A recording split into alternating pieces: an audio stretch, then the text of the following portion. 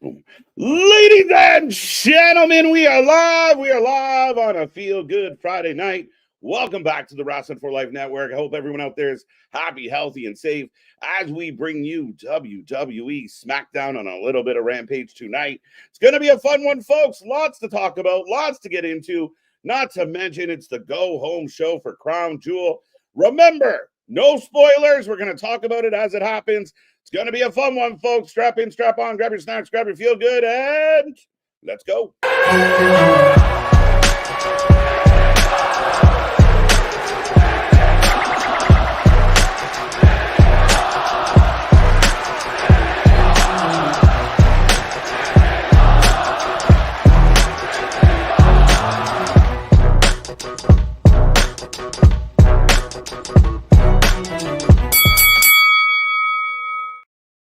Ding, ding, ding. We are live and back at it again, folks. Like I said, we are the Wrestling for Life Network. This is another live stream, and we are the channel that just covers more live wrestling than anybody else out there. Ready for another show tonight. It's going to be a fun one. Yes, we know they're in Saudi Arabia. Yes, some of the spoilers and alerts are out there, but we're going to run through it as we always do. We'll get your 2 cents. We might not take predictions because we know y'all like to cheat, but it's going to be a fun one. For the next couple hours, you are strapped in with Mr. Every Night, KJ White, the Iron Man of YouTube, and the chapeau that runs the show. Yeah, we are here for SmackDown. I don't have any rhyme or rhythm. I'm not Nick. I can't do all of that, but we are here for SmackDown. Great lineup so far. I'm looking forward to it. I feel like we got a lot to talk about before we actually get to SmackDown. But yeah, I'm excited for SmackDown tonight. Crown Jewels tomorrow. We gave our predictions yesterday. So yeah, I'm really pumped for Crown Jewel tomorrow and SmackDown tonight. Yeah, and I mean, I know there's some stuff that's leaked out on the internet, some videos and such, but it's still going to be kind of fun to see how they put this together. Right. I don't know the intricacies of it all. I just kind of know some of how it plays out, but we try and avoid spoilers here. We want to react as organic as possible, as we always say. So if you do know some stuff, keep it to yourself. Shout out to Big Nick, who has the night off tonight. He is spending it with the wonderful Miss Big Nick, and happy birthday to her. So shout out Miss Big Nick. Everyone give some love for Miss Big Nick. But we're looking forward to this. The chapeau's here with us tonight. And like Anthony said, a lot of fun heading into Crown Jewel, which somehow shaped into a very intriguing pay-per-view. Yeah, it started off looking like one of those do we really want to watch this pay-per-view to like somewhat of a must-see card, right? Because you got Bloodline, the OG Bloodline versus the Bloodline 2.0, Kevin Owens versus Randy Orton. You got the triple threat US title match with Carmella, Andrade, and LA Knight. And then you got the 2 lesser matches, but you know they'll probably be good with the Crown Jewel title on the line with Liv Morgan versus Nia Jax, and then Cody Rhodes versus Gunther. So yeah, it turned out to actually be somewhat of a must-see premium live event, I guess you can say. Yeah, I mean, they started by announcing the Crown Jewel, the champion versus champion belt, and a lot of us kind of went, not sure how we feel about this one. But as the card developed, I mean, again, lots and lots of intrigue with this one. So we'll see what tonight has in store for it, the implications behind some of the build here, and I think it's going to be a fun one. I will remind everybody we're about 25 minutes away from the start of the show. Don't be quiet. Don't be shy. Get in that chat. Click all the buttons. And actually, I'm going to put our first poll up tonight. Are you excited for Crown Jewel? This should be fun to see how y'all answer this one, but yeah. Oh, I had a typo. Ignore the typo, folks. It still went out to press. But other than that, yeah, I mean, tonight, I think the big story that just came out, actually, you broke the story to me, is that some people are no longer members of the WWE universe, the WWE roster. I'm curious how people out there feel about this. But yes, Baron Von Corbin is no longer a member of WWE. Sad to see him go. Tegan Knox also released, and Indy Hartwell, who I do believe we are going to see on this taping. So very Impact-esque of things change, but we already filmed it. So right. So yeah, very interesting, Anthony, about these releases. Yeah, I was kind of shocked when I saw him for a minute, I was like, whoa. And what really broke the news for me was the chat, because I had just logged into here, and I saw a comment saying that, Tegan Knox was gone and Baron Corbin. I was like, well, let me go look. And then I logged on to Twitter, where you get all your important news on Twitter. And that's when I saw it. I saw that Tegan Knox, and I believe Baron Corbin chose not to resign, but Tegan Knox and Indy Hartwell did get released by the WWE. And someone said it in the comments here. I think it's RM, but that's the nature of the business. People get fired, just not from WWE, but from any job. Is kind of a daily thing that people are let go. It's sad to see, and you hope they do the best, but one person I would love to see jump ship over to TNA is Indy Hartwell. I think you can kind of help rebuild the Knockouts division with Indy Hartwell. Same with Tegan Knox, but Tegan Knox also is a little bit injury prone from what I can remember. She's always been on the shelf throughout her run with WWE. But yeah, Indy Hartwell is a good choice for the Knockouts division. Yeah, I think they could help. And I mean, I don't think that Corbin doesn't have a level of talent. At times I've defended Corbin. I thought he was kind of booked into the ground. But yeah, it's super unfortunate. We don't want to see anybody lose their jobs. If you've ever been laid off or let go, it's a bummer. Kind of, nobody likes it. But it's kind of this, I know the bleeding hearts are going to come running out real fast with their pitchforks and torches. But if you're not going to use the talent, then let them go. I mean, we've talked about it with AEW recently. They're not using Tegan. They're not using Baron. They're not, haven't really found something to do with Indy, even though, again, she will be in a match tonight, oddly enough. But again, give them an opportunity. Go elsewhere. Go to the Indies. Go make a name for yourself. And we're open to having you come back like others have. It might be a better opportunity than sitting and catering every week. Yeah, absolutely. And I've already seen the tribe come out on social media like, you shouldn't have done this, you shouldn't have done that. And it's like, it happens every day, and it's sad, but like, where were you when they weren't on television? Like, were you saying something when they weren't on television? Or are you just saying something now because it's popular, because of the releases have just happened? So I for one used to be a part of that group when I first started, but then I grew on with content creation, and I was like, at the end of the day, it's like, this happens regardless if it's WWE, AEW, or Walmart down the street. People just they lose their jobs, and that's the nature of how businesses operate. Yeah, and again, it's funny because for all the streams we do, Anthony, here live, I can't tell you the last time someone said, I wish they would book Baron Corbin or so-and-so. Like, I mean, I get it. And then they get released and they're like, oh my God, they could have been champs. Like, simmer down. And again, other people have taken the release as an opportunity to go out, make money, to be successful, to get in the ring. Tegan had injury issues. Hopefully she can overcome that. There are amazing places out there. AEW is a great place to work, from what I understand. TNA is a great place to work. The Indies will offer you freedom to work wherever you want. You can travel the whole country, the whole continent, the whole planet if you want, and have opportunities. Maybe someone like Tegan, I believe she's from Australia-ish area. Maybe she goes back there and does what Delta did and make her name through those means. But again, you're not going to benefit your career in any way, shape, or form just sitting in the back at all times. So it sucks. Our thoughts and prayers, I guess, go out to them. Well wishes, if nothing else. But they'll be fine. They'll land on their feet, and hopefully whatever comes next for them is advantageous and helps further whatever they want to do with their future. Right, yeah. And and it's fine to champion for, a wrestler, because I know in the past with releases, especially, I think it was actually around this time last year where Ash by Elegance, Dana Brooke, got released from the WWE, and I was the first to tweet like, hey, I'm upset about this, but please go to TNA. But the thing about it is, I had championed Dana Brooke throughout Yep. my entirety on content creation. So when she got released, yeah, I was upset. Yeah. But then she went to TNA, kind of reinvented herself.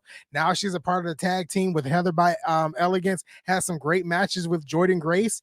Yep. So she's doing what she said she wanted to do when she got released by WWE. Yeah, and I can't help but think, and maybe this isn't the case for everybody, but I mean, for some people, like, and Ash is a great example of, this is way more fun for me and way more fulfilling as a human to be able to get in and do something. Right. It might not be where I wanted to do it, but at least I'm doing it. And Exactly. like you said, Ash has done very well in TNA. She's been prominent in the women's division, in the knockouts division. Now she's in the tag team. There's no reason why, if one day they come knocking, she could go back.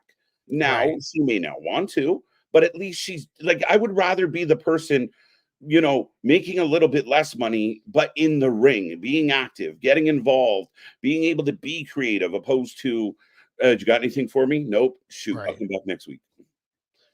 Yeah, absolutely. I think people that, want to work will look for those opportunities to work. And sometimes, like you say, a release is a blessing in disguise for that performer, because they can finally go somewhere and try their best to gain that momentum to potentially end back in WWE, or just do their own thing where they're kind of known outside of WWE. Like the Motor City Machine Guns. They never been in WWE, and they made their names outside of WWE, and now may be one of the potential biggest attractions right now on the SmackDown brand. So it's just the WWE is not the end all be all to make a name for yourself, but it's also the biggest place to potentially make a name for yourself as well.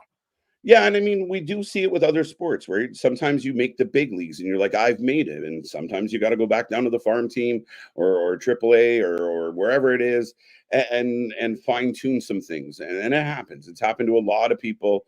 So again, it's unfortunate, but I'm sure we will follow their stories and see where they pop up. Now that gets to be the fun part of, Corbin to Dynamite. Maybe he can be like the Constable Corbin of Dynamite or Collision. Right, absolutely. Yeah. So this is the fun part, like where we see them land.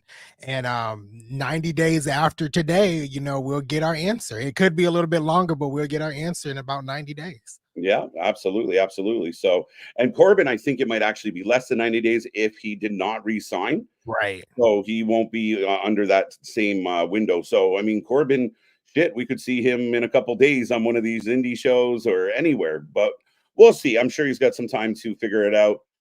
The idea that he, again, I think for his personal, mindset of, no, you know what, guys, I've been here for a decade.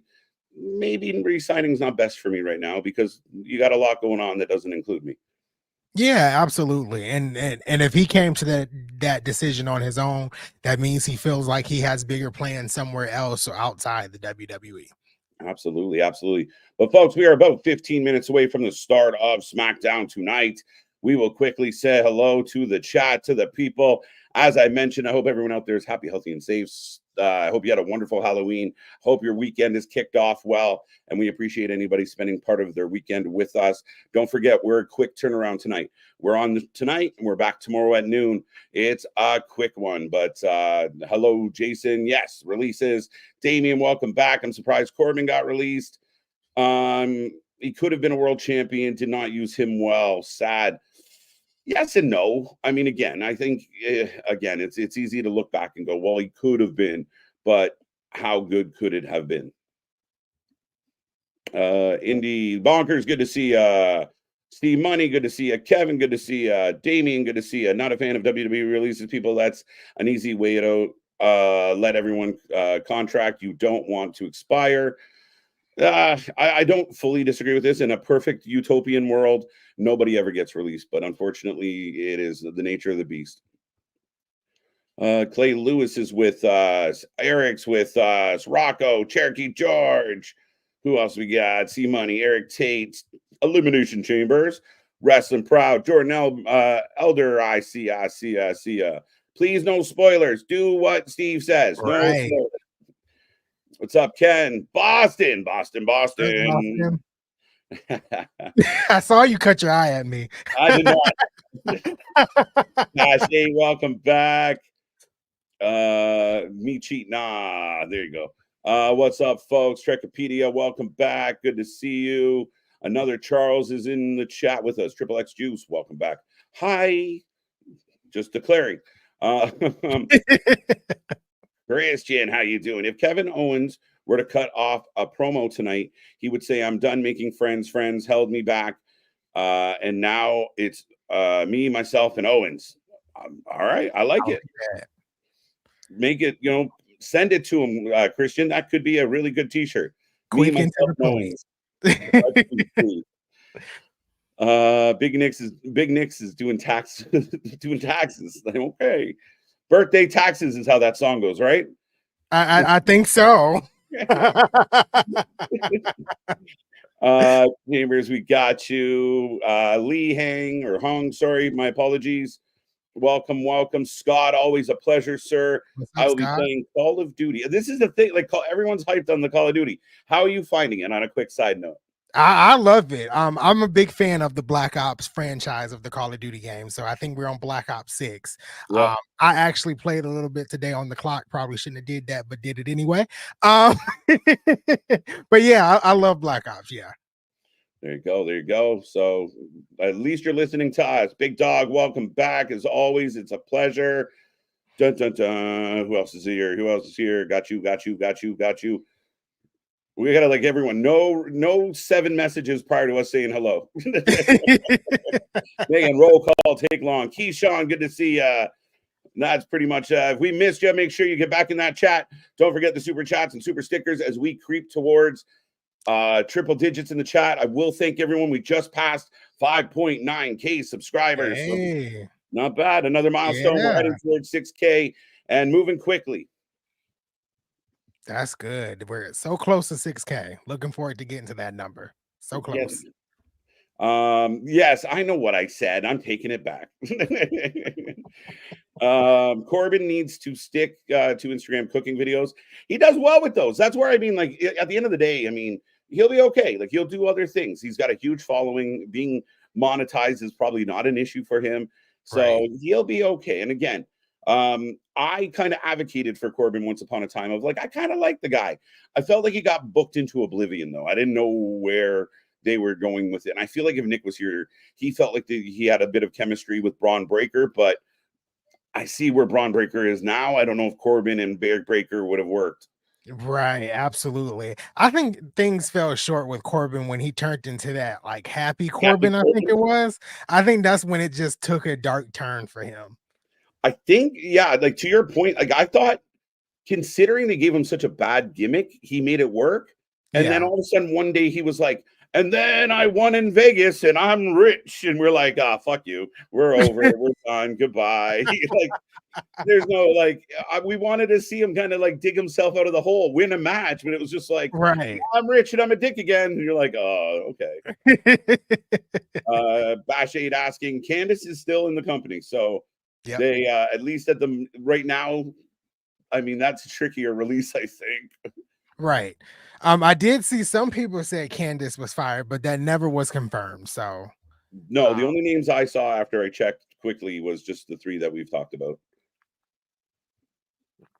Paul, good to see you. MDB, good to see you. Gotta love that birthday tax, right? 316, you're back and talking about Rhea and Liv again. What are the odds? Going to resign people like I believe Liv did resign. I did see reports going around. 5 years. Yeah. I'm getting a big tax return. Yes, my guy.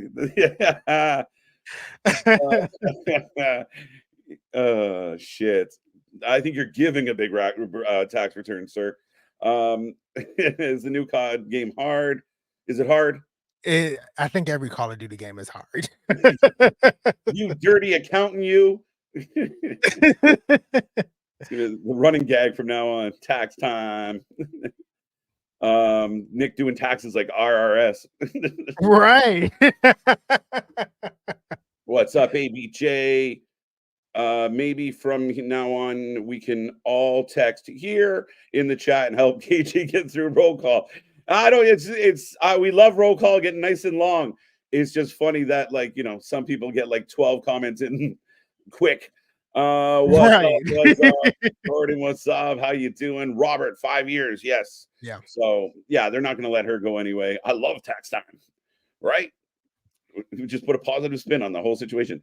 After JBL said you can't polish a turd, Corbin's career went downhill. That was another weird thing. Remember they gave him like JBL for like a week? Yeah, and then it just went downhill very quickly. I don't know what they were trying to do. Like there was a lot of stop and start attempts with Baron Corbin, and nothing really ever got off. Right? Yeah, like, and I mean, to your point, like JBL pretty much said, "You suck. I can't help you. Bye." We're like, "Oh fuck."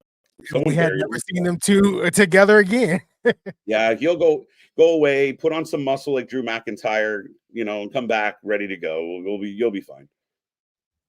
Indy Hartwell, who was released to WWE today, has a tag team match with Candice LeRae against Bayley and Naomi. That's supposed to air tonight. Yeah, I imagine it's still going to air. I don't think they'll pull it, but it'd be funny if they did. It would be real funny if they was like, we're cutting this tonight. I don't know. Yeah, I think they'll use it. Rough day in wrestling world, but at least we're hanging out together. Dawn, good to see you. And that's it, folks. The wrestling might suck, life might suck, but we never do. And we appreciate everybody for making us a part of their weekend, even on a night where we kind of know what's going on, but it's still fun to get together and chat about the wrestling. Yeah, absolutely. And to be honest, I think I've avoided spoilers a lot, so I really only know about the one thing that was spoiled, but everything else I don't see anything. I didn't see anything at all, so I'm excited about that. So I'm kind of going in blind tonight. I'm very similar to you. Like there's multiple sources put out one kind of video kind of pertaining to what's on our screen right now but again, like I don't know what was said. I don't know how they got to that moment. And there's that, and there's one moment involving somebody that may kind of resemble me. I know those two things. Other than that, I have no idea who wins, who loses. For those who don't know, I can let you know that, there will be a Bloodline segment tonight. Liv and Nia are going to have a face-to-face. That will be interesting. Speaking of faces, so I did read that when they shot Rhea Ripley on Tuesday, they shot her from the left because her right eye is mashed, and it is legitimately an injury. So we doubted it because of how they did it, but I guess the rumor is she actually did catch a headbutt, and she might be out for a little bit. That makes sense because of how she walked into the camera frame. It was kind of on the right side or the left side. So yeah, that would make sense. They still haven't given a timetable of how long she's going to be out. Yeah, I mean, it'll be very interesting to see how they go about it. Again, nothing confirmed. Again, we recommend to everyone out there, be very careful what you believe. Not a lot of it is true. But yeah, I did see some people kind of talk about it. I was actually trying to find the clip, but I didn't find it where like to kind of confirm if she looked this way at all. Because at the time it didn't even register that there might be an issue. So either way, I mean, it's a little unfortunate, and I wonder how it will change because they've been building this story all year long. So it's definitely someone's gonna have to step in to kind of keep this interesting for a little while. And who is that someone? Like, because I can't think of anybody on the Raw roster outside of Zelina Vega that could really step in and kind of move this along. And I don't know if Zelina Vega is the correct choice here. So I don't know. Yeah, I think that's I saw some people like, I guess they're bringing back Becky. I mean, that could be something. I don't know. But very interesting. Street Profits are going to take on Pretty Deadly tonight. Again, this is the match we talked about where Bayley and Naomi were going to team up against Candice and Indy. So we will see if that still gets aired, which we imagine it would. Fatal 4-way for the women that are half of the tag teams that will be in the tag match tomorrow for the title. So this will be fun. Io Sky, Bianca, Lash, and Piper. So it should be a fun one overall. Oh yeah, this should be a really good fatal 4-way. I think everyone in that match is going to be able to show what they can do in that ring. Right. And then, of course, the tag team match that was announced last week. Randy going to team up with Cody, take on Gunther and Ludwig. So I feel like Ludwig's about to get pinned again. Poor Ludwig. I feel like he's always taking the pin, right? Poor guy. And then, of course, I will remind everyone out there, as we're about 4 minutes away from the start of the show, tomorrow, 12 p.m. noon, wake up, grab your breakfast, grab your cereal, grab whatever you need to grab, and join us. Brunch with the Boys will be live at 12 p.m. They do the 2-hour pre-show, but we will be here at 12 p.m. and the actual show kicks off at 1 p.m. So join us. It's going to be a fun one. And actually, again, they've actually managed to make this an interesting card, even though we didn't expect it. Right. Yeah, it's gonna be fun tomorrow. I'm excited for Crown Jewel. Really can't believe I'm saying that because it didn't look like it was gonna shape up to be anything. But I Right. think tomorrow's gonna be good. Speaking of Halloween, did you have a laugh when Otis? Yeah, I thought this was funny going around. They did the Hardy Boys dress up. So not I missed that. Yeah, Max Tozawa, Otis, and Maxine dressed up like the Dudleys. It was pretty funny. I have to find that after stream. I have to find that. Bailey and Naomi are tag teaming. I should have known MDB. Down.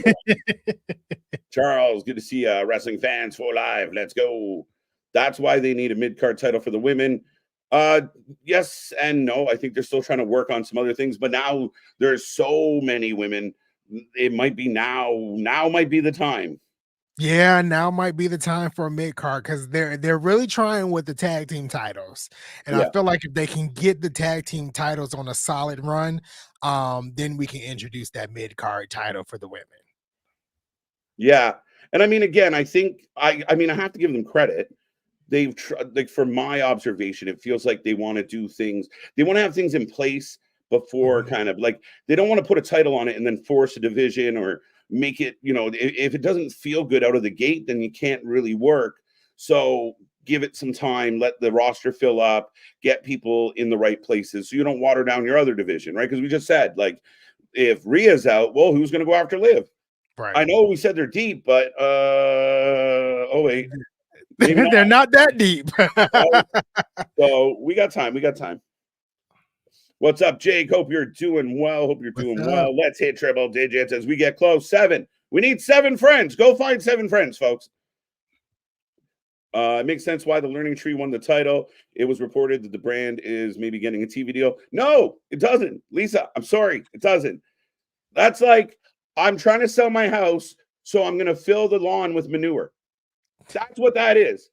That is like what you should be doing if you're trying to sell Ring of Honor is look at all this hot young talent we have, and they put on these banger matches. Okay, Chris Jericho's name value isn't what it used to be. It is still big compared to others, but if you could, like, okay, guys, we're going to give you a 5-minute montage of what Ring of Honor is all about, and it's Athena and I don't know. Again, I'm almost bereft, but a Tony Nese, the Righteous. But if you have all these younger, Yuta, Danny, and you got clips, all these kind of cool moments that this young, vibrant roster has, great. But if you got to go, well, you remember Y2J, that's not quite the same. So I don't buy it. I think that's a Dave Meltzer spin on a shitty story. Yeah, I hadn't heard anything like this, but I do agree with you. If this was for a TV deal, Chris Jericho is not the right choice at all. Right? They did it before, and they ended up on a fucking behind a paywall. Right? They had the belt before, and it didn't help. Ring of Honor about to get a TV deal. I'm curious. We'll see. Dun dun dun. When can we get Liv Morgan is dangerous, right? Right. 2 times in 1 year. 2 times in 1 year. Right. Nikki Cross would be a fun option. A returning Alexa Bliss, maybe. I don't know. Right. I saw a still of a move when they think it might have happened, but it cannot be confirmed. So there you go. But folks, we are just coming up to the hour now. I almost said Nick.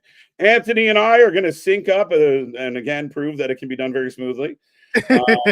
Push Nikki Cross. I'm down. She's insane. Charlotte might be back. Yeah. So that'll be interesting. Maybe they just say, like, we know you were coming back to fight Tiv, but we need some help over here. Right. I wonder if they go to take her out by beating her up like Braun did Ricochet. Well, they did on Tuesday. Yeah, that is true. That is true. And some people were like, so much blood.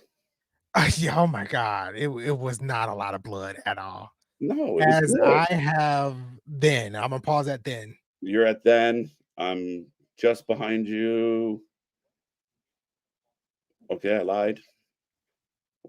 Stay at then. Stay at then. I'm coming. I'm coming. I'm coming. I'm coming. Watch. I'm gonna come on. I'll be ahead of you. Oh.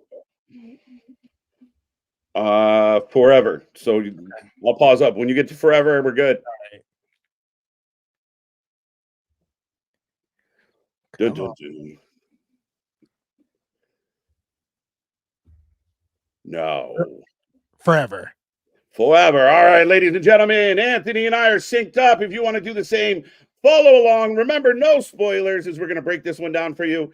Lots to talk about. You want to talk about the releases? You want to talk about Crown Jewel? You want to talk about AEW or anything else out there? Let us know. Let us know. Don't be quiet. Don't be shy, as we're at 104 in the chat already, and we're starting the show off with the big old shiny gaudy belt.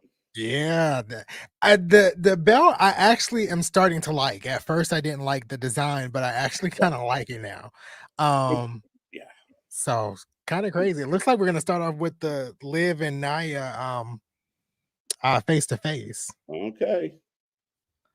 Spaz, thank you so much for the super chat. We appreciate it, sir. But K to the J, Fabe, and sweet and supple Antonio. Oh, shoot. Sweet and supple. Oh. It's official. Spaz is Boston in disguise.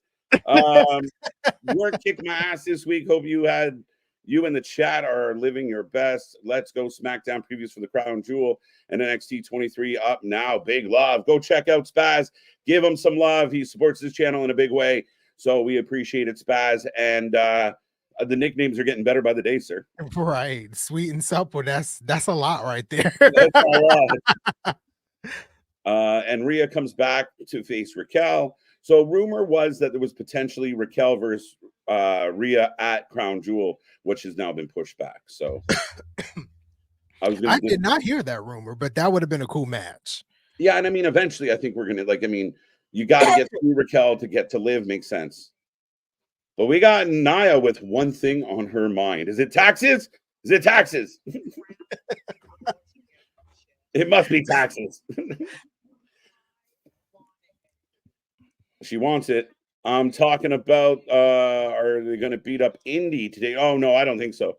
I think she's going to lose this match, and then we're going to move on. That's her sunset. Yeah. Hey, yo, she takes the pin. It's going to be even funnier. Glad they got that 2024 Breeders' Cup on my... Oh, you're stuck with the Breeders' Cup. The new thing now is Cody promotes body shaming. Oh, did you hear that? That's amazing. I love it. Yeah. I listen to this. So I listen to that podcast on a regular. So last week when they were talking about the Vince doc, and these guys don't know much about wrestling, it was hilarious. And I'm sitting there listening like, oh, come on, bro. Like, you really like, and they're just guessing. And then Andrew was like, we need Cody. And like a week later, there's Cody. I'm like, I wish I had that kind of pull. What is going on? Yeah. But Cody was great on it. I thought it was really good. I love what Cody said. He's like, we're running around half naked. You can be a big, robust guy like my daddy, but, part of our job is looking good. And I don't think there's anything wrong with that.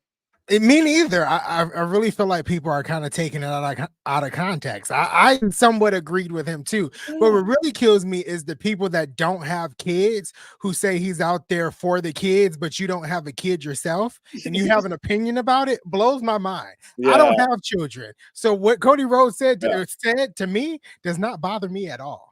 And listen, I'm by no means a gym rat. I'm no means a thin fellow. I used to, right? Been there, done that.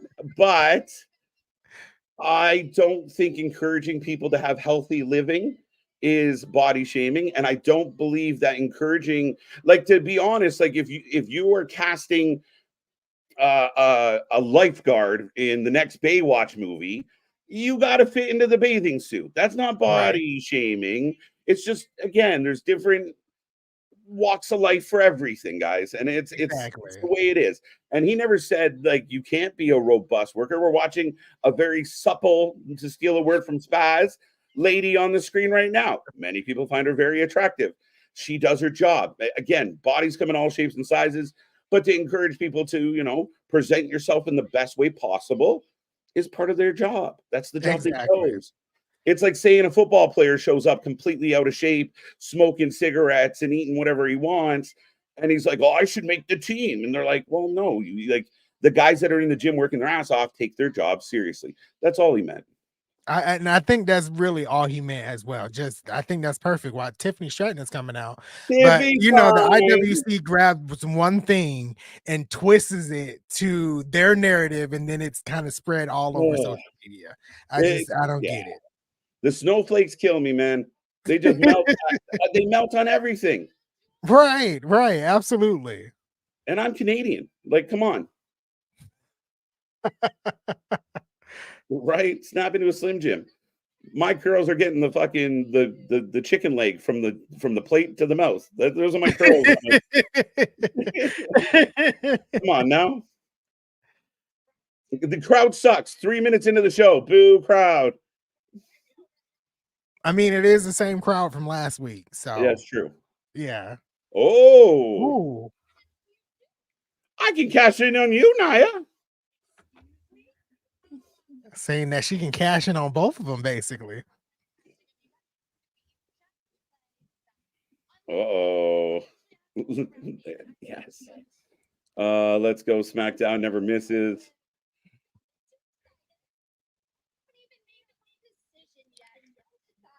This is an interesting caveat to this match because technically, especially now that Rhea is out, Tiff could go either way.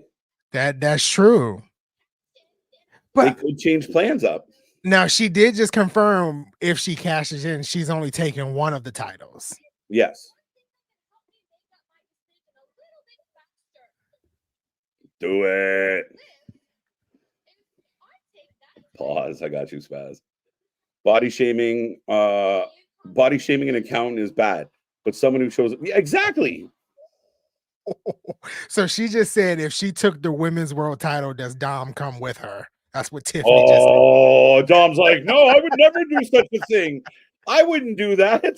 Right. The type of guy that would just leave his girl for another girl.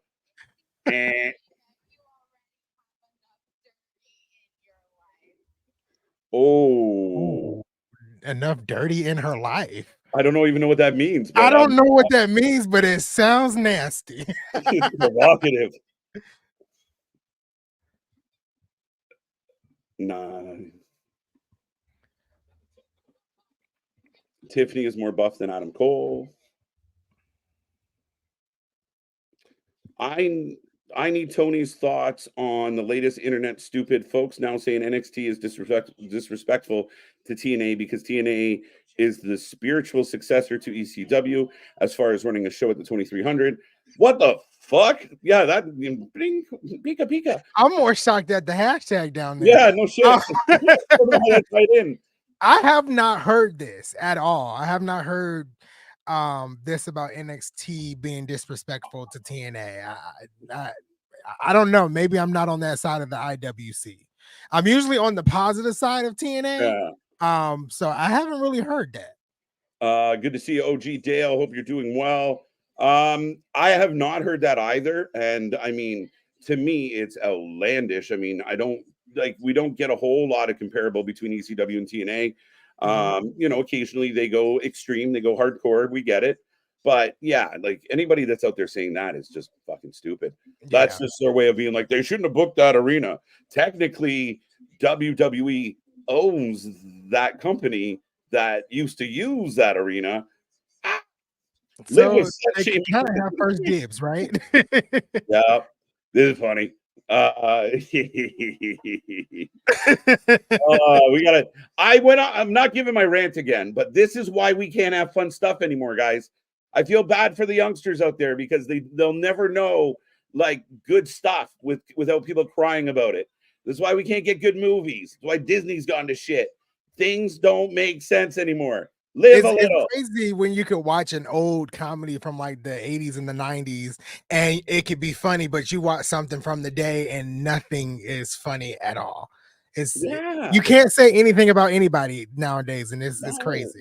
Even like thrillers, like it's all about like the emotional mind state of the main character. Not like I need to go get revenge and kill a bunch of people. It's like, how did I feel about my daughter passing away? Like, just kill people. Fucking hell. Now, if they remade Die Hard, it would be him and his wife at therapy telling the therapist why they're going through marital problems instead of him shooting up the whole fucking Nakatomi Tower. Oh, craziness. It's craziness. Yes, I don't know how they got into this. I don't think they should stay in. I think they should be removed, like the word No, no, glazing. no. No, not. I mean, removed from the conversation. I would like to keep them. They should be removed. How dare you? Now we're going way too far. I'll say anything about anything. I mean, again, context is king. And again, if you're being hateful, mean-spirited, shitty, you suck. Period. But we gotta live, guys. Like, it sucks. Can't get good music, can't get funny stories, can't get good stuff because everyone's so fucking sensitive. Rhea bled too much for the 30 seconds we saw her face. Like, the same people who were like, I'm sick of this PG WWE. All right, here's some blood. No! Oh my God, it's too much blood. Oh, see money blazing. Yeah, no, you can't do that in this day and age. Are you kidding? AEW should had booked a show when they got started the company. Oh, at 2300? Yeah, I believe Tony's trying to get into the Sphere, so that'd be cool. Oh, so we got Liv Morgan versus Tiffany Stratton. I didn't even know this was a match. Oh, so we break out into an impromptu Tiffy Liv match. What if this is the match that replaces the indie? Right? As Liv takes time to give some kisses to Dom, so that's adorable. Removed, off, OFF, off. No. You need to leave, sir. That's beautiful. Where is Nickel back? He's doing his taxes. He's making a deposit. And Anthony is deleting folks out there. Who are you deleting? I don't know if I'm deleting anyone. People are just making all types of assumptions about us tonight. After seeing Otis, Maxine, and Tozawa as the Dudleys for Halloween, what superstar from the Attitude Era would you be for Halloween? I recommend Eddie Guerrero. I don't know if I could pull off a good Eddie. I know I can't pull off a big Eddie Guerrero. I could put off Mark Henry. I think I could do that fairly well. Not bad. Yeah, I think I could. I mean, I'd have to trim it up a little, but I could pull off a Dudley. I don't know who would I like Snitsky? I don't know, guys. Ooh, that would be cool. It's not my fault.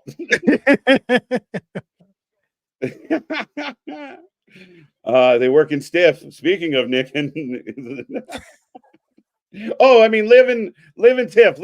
My bad. Oh, okay. Live and Tiff. It's good. It's good when the ladies put it in. Oh, we got nice okay. So we still have the Indy Hartwell match. It came up at the bottom as still to come. There you go. We haven't completely fired her yet. She's getting the little royalties tonight. Right. Yeah. D-Lo. There you go. MDB is D-Lo. I accept that. Oh, and Liv gets the win. Yeah, Liv picks up the victory. And I don't care. Liv, Tiffany's not happy. But Liv's got to get credit for everything she's doing as a heel right now. She is an absolute pain in the ass. Yeah. I mean, she's over the past year, you can just see the character development in Liv Morgan. She's out there rocking it better than Mercedes Moné could rock it. So Nia taking out everybody with the Money in the Bank briefcase. Raquel eats one, Liv eats twice. Dawn down. Hit Liv with an annihilator. Now, does this mean that Liv's going over tomorrow? I said Liv was winning. So if this is the rules of wrestling, I think so. Bad finish. It was okay. I missed most of it. I'm not gonna lie. Javon Evans says Polo. All right. Funny someone brought up Blazing Saddles because it's getting 4K this month. I think so. Yeah, no shit. I love it. You ever watch those reaction videos of like Gen Z watching whatever it is for the first time? I love those reaction videos. I have not seen those, but now I have they're to awesome. Like the old music videos or whatever, and they're like, I can't believe they said that. That's just rude. As we go back to last week where Triple H gave Randy a little pep talk, trying to talk him out of this match tonight. Or, tomorrow. Midian. I do a cane. I just have to tuck the beard in the mask. I think Gunther and Nia are winning. I took Gunther and Nia as well. I'm with you, Boston. Yeah, I got Gunther and Liv. I really think Liv is taking it tomorrow, but we'll see. Now, did you see on the kickoff show that like those titles are going to stay in Saudi Arabia, but they're going to get a ring in replacement, like a Super Bowl type ring? Okay. Yeah. Interesting. So I guess that's why they had to carry it out in a shiny box for the past like 4 weeks. Yeah. Breaking news, Ring of Honor. Yeah, this has been talked about a lot over the last 24 hours or so. Again, I am reluctant as we got Kevin Owens in his car. Dejected Kevin Owens.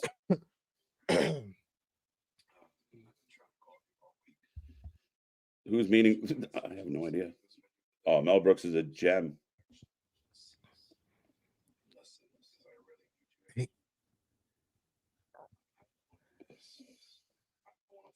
So he doesn't want to fight Randy. This is gaslighting KO. Of like, I didn't want any of this. I was just minding my own business. Right. And you put this on me. Exactly. You did this to me. I never wanted to hurt you, dude. And now I'm going to. What's your dream interpromotional intergender match? Fight someone from another company or another gender. I'd say Ripley versus Moxley or Statlander versus Balor. That's a very interesting question, and thank you again for the super chat, sir.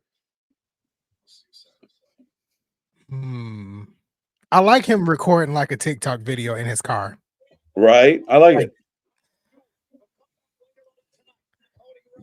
Dun, dun, dun. All right, ladies and gentlemen, we are rolling through. KO just gave a very morose message from his car. I'm sure people have seen it on social media already. But the Street Profits are up next, ladies and gentlemen. Right. Okay, they're facing Pretty Deadly. I was about to ask, who are they facing? Right. I like Pretty Deadly. I really do. Yeah, and they're still at BFAP. Yeah. But I think this stems a little bit from last week's triple threat match. So this will continue.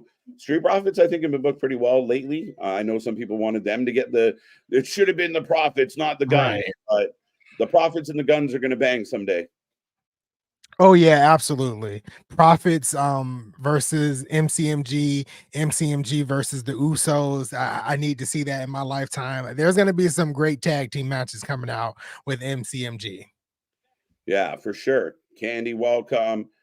John C. saying WWE Super Bowl rings. Yeah, I'll be the next thing on the shop. Get your ring. Right. RBC Television. KJ, someone leaked the SmackDown tape. Yeah, we don't do spoilers here, so you need to not do that or you get put in the penalty box. Right. So I know you're new here, RBC. We haven't seen you much around, so welcome. But yeah, anything that you do know, shut up. Politely. As I'm getting an ad for NXT 2300, we will be live on Wednesday, folks. NXT 2300, AEW Dynamite. I will admit, Anthony, I'm a little surprised that it feels like TK didn't really dig in to the booking for next week's Dynamite? In the Yeah, past, nothing's really been announced. I haven't seen anything from AEW, and it seems like NXT is just booking up a storm when you put Jordan Grace and 9 other women in a tag team match, right? And you got what is it, Bully Ray coming back. You got some things happening on NXT, and nothing has been said about AEW. It's kind of crazy. He hasn't did like a countdown show like he did that one time. right? He did like the countdown. He hasn't made any big announcements or anything. So yeah, I'm with you. It's kind of shocking that TK hasn't said anything. Yeah, a little surprising. I mean, they've moved to Tuesdays and made a big deal about trying to compete, and we're gonna show them. I'm a little surprised. I know Malachi Black is gonna fight Adam Cole. I thought Roderick Strong. I mean, unless Roddy has a match tonight or tomorrow, they're supposed to be like taking turns to see who can get the most wins. Because now we're doing this tit for tat thing to see who gets to fight MJF. Yeah. But yeah, I was a little surprised he went a little bit light. I don't know if it's a matter of him just like throwing his hands up and being like, it is what it is, but I'm a little surprised because that's not been his style. Yeah, maybe he's throwing his hands up and like, I can't compete with this right now, and I need to focus on my own show. But maybe that's not the case either, because he'll be saying something stupid weirdly soon, I'm sure. Right. And we know the Meltzers of the world, and well, they had to book the 2300 arena and bring in all these other people just to beat us. Like, hey, you can't knock the hustle, right? Just saying hi, brother. Flop Salisbury, doing the dad thing with my son in Daytona Beach. Have fun, my friend. I hope that's a good time. Love ECW music. I think in a perfect world, the show on Wednesday starts with the ECW music. Out comes Paul Heyman. It should. I agree with you. It should 100%. The ECW theme is iconic. Yeah, it really is. Chris Jericho is champion key to the ring. I don't believe that Anonymous. I don't. I can't. Like, again, I think if I was trying to sell somebody this show, I get it, name value. But again, I think it's silly. I think it's so silly. I don't buy it. Yeah, I mean, Chris Jericho is just not it nowadays, to be honest. He's just not it. But if that's what TK is thinking, that's what he's thinking. What up, Ryan Powell? How you doing? Wesley, how you doing? Hope you're doing well. Dun dun dun. That's why AEW is getting their ass kicked. There you go. I mean, again, what's crazy is as of right now, NXT was our most viewed show of the week for the first time ever. Mm-hmm. Like, usually NXT is a little bit less than a Monday Night Raw or a Dynamite. Right now on this channel, the most viewed stream is NXT for the first time ever. So NXT be cooking. Yeah, NXT is cooking right now, especially this past week's episode. I think that's the first time I've given NXT an 8 in a very long time. Yeah. But the Street Profits are in the ring getting set up to take on Pretty Deadly. And again, folks, we will remind you, if you know what happened, just join along and play stupid. Boring segment with Tiffany on how she's going to ruin all the things. Taylor, I thought it was a pretty good segment. I didn't think it was that boring. I like the fact that they added in a caveat to the story instead of just, we've seen kind of, everybody wants her to cash in on Nia. Now she's just making sure everybody knows, hey, tomorrow I could cash in on either one of y'all. So hold on tight. And they could really pull the swerve, because I know we were sitting here talking about who could be that next challenger for Liv Morgan. They pull that swerve and have her cash in on Liv and win the title, and you got Liv and Tiffany going at it for a while. Right. Here's Sports Bulletin. Rangers 1, Ottawa 0. Makes sense. Learning Tree versus Kyle O'Reilly, Mark Briscoe, Ishii announced for Dynamite. Oh no. The 10-woman tag with some of the best women in the industry, or the Learning Tree versus Kyle O'Reilly and Mark Briscoe, Ishii. Ooh. I'll take the 10-woman tag. Oh, hey, we got Mr. Hamilton back again, who dressed up like Dom Dom for Halloween. Shout out. I love that they got a disco ball. Oh, while they go and attack the Street Profits before the match even starts. Y'all think to bring out Balls Mahoney this Wednesday? I don't think so. Who knows? Let's go with it. I agree. ECW, Chili. KJ, did you hear the rumor that Ring of Honor might have a DVD? Everyone's so excited. Now, a TV deal with Tubi, that wouldn't be a TV deal, just to help everyone understand. That would be a streaming deal. So if they land on Tubi, it's technically not a TV deal, right? That's true. That's true. It's a streaming service, a free streaming service. Yeah. So yeah, it's more of a streaming deal than a TV deal. Right. And I feel like Tubi's a little bit down the chart. It's not a little bit, it's a lot of bit. Yeah, okay. It's not really the same. Yeah, this would be great for them, I guess. More access, great. It shouldn't be up behind a paywall. I think Tony Khan shopping for a TV deal blows my mind. You have a TV spot already for Ring of Honor waiting to be used. We call it Friday Night Rampage. And that is, you don't need to shop around. Just start booking Rampage as Ring of Honor. All the Ring of Honor shit happens on Friday nights.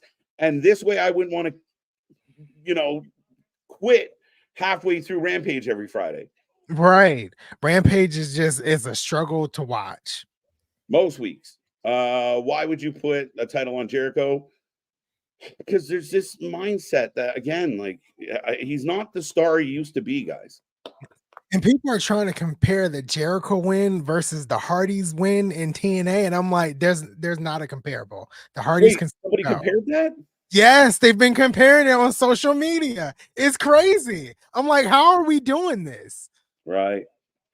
Yeah, TV execs do bring me, and I get it. I do. I mean, I can't argue, like, if you say, like, well, we have this really cool wrestler, his name's Mark Briscoe, some execs, TV execs would be like, who? Oh, but we also got, Kyle O'Reilly, who, so when you say Chris Jericho, you know Chris Jericho, Y2J, they go, oh, we know that guy. So I get it to an extent. But like I said, you put together a nice sales package with like a whole bunch of young talent doing some cool shit. But we are off and running, by the way, and Dawkins is just cleaning house. I like this comment down here by Don. Stop making it since you know that's a lack certain circle. Oops. I'd prefer Pluto. That's awesome instead of Tubi. Yeah, that's not a TV deal. I thought they were talking about an actual TV deal might be coming. Yeah, I haven't seen much of any of this. I'm really kind of learning it from the chat, but Tubi is not the greatest thing in the world. It's really down there low on the totem pole of streaming. Right? Oh, nice move. Montez Ford breaking it up. I could get a Tubi deal, TLD. Yeah, right. Like we could be on Tubi. We're gonna try and be on Tubi in 2025, guys. Eric saying rest in peace to Dynamite. I swear my ex would have an outfit just like Pretty Deadly. Oh, Little Nate being held up by. Ooh. Wait a minute. As Elton have up there powering up. I don't remember his name, but to a power Elton. B Fab showing some muscles.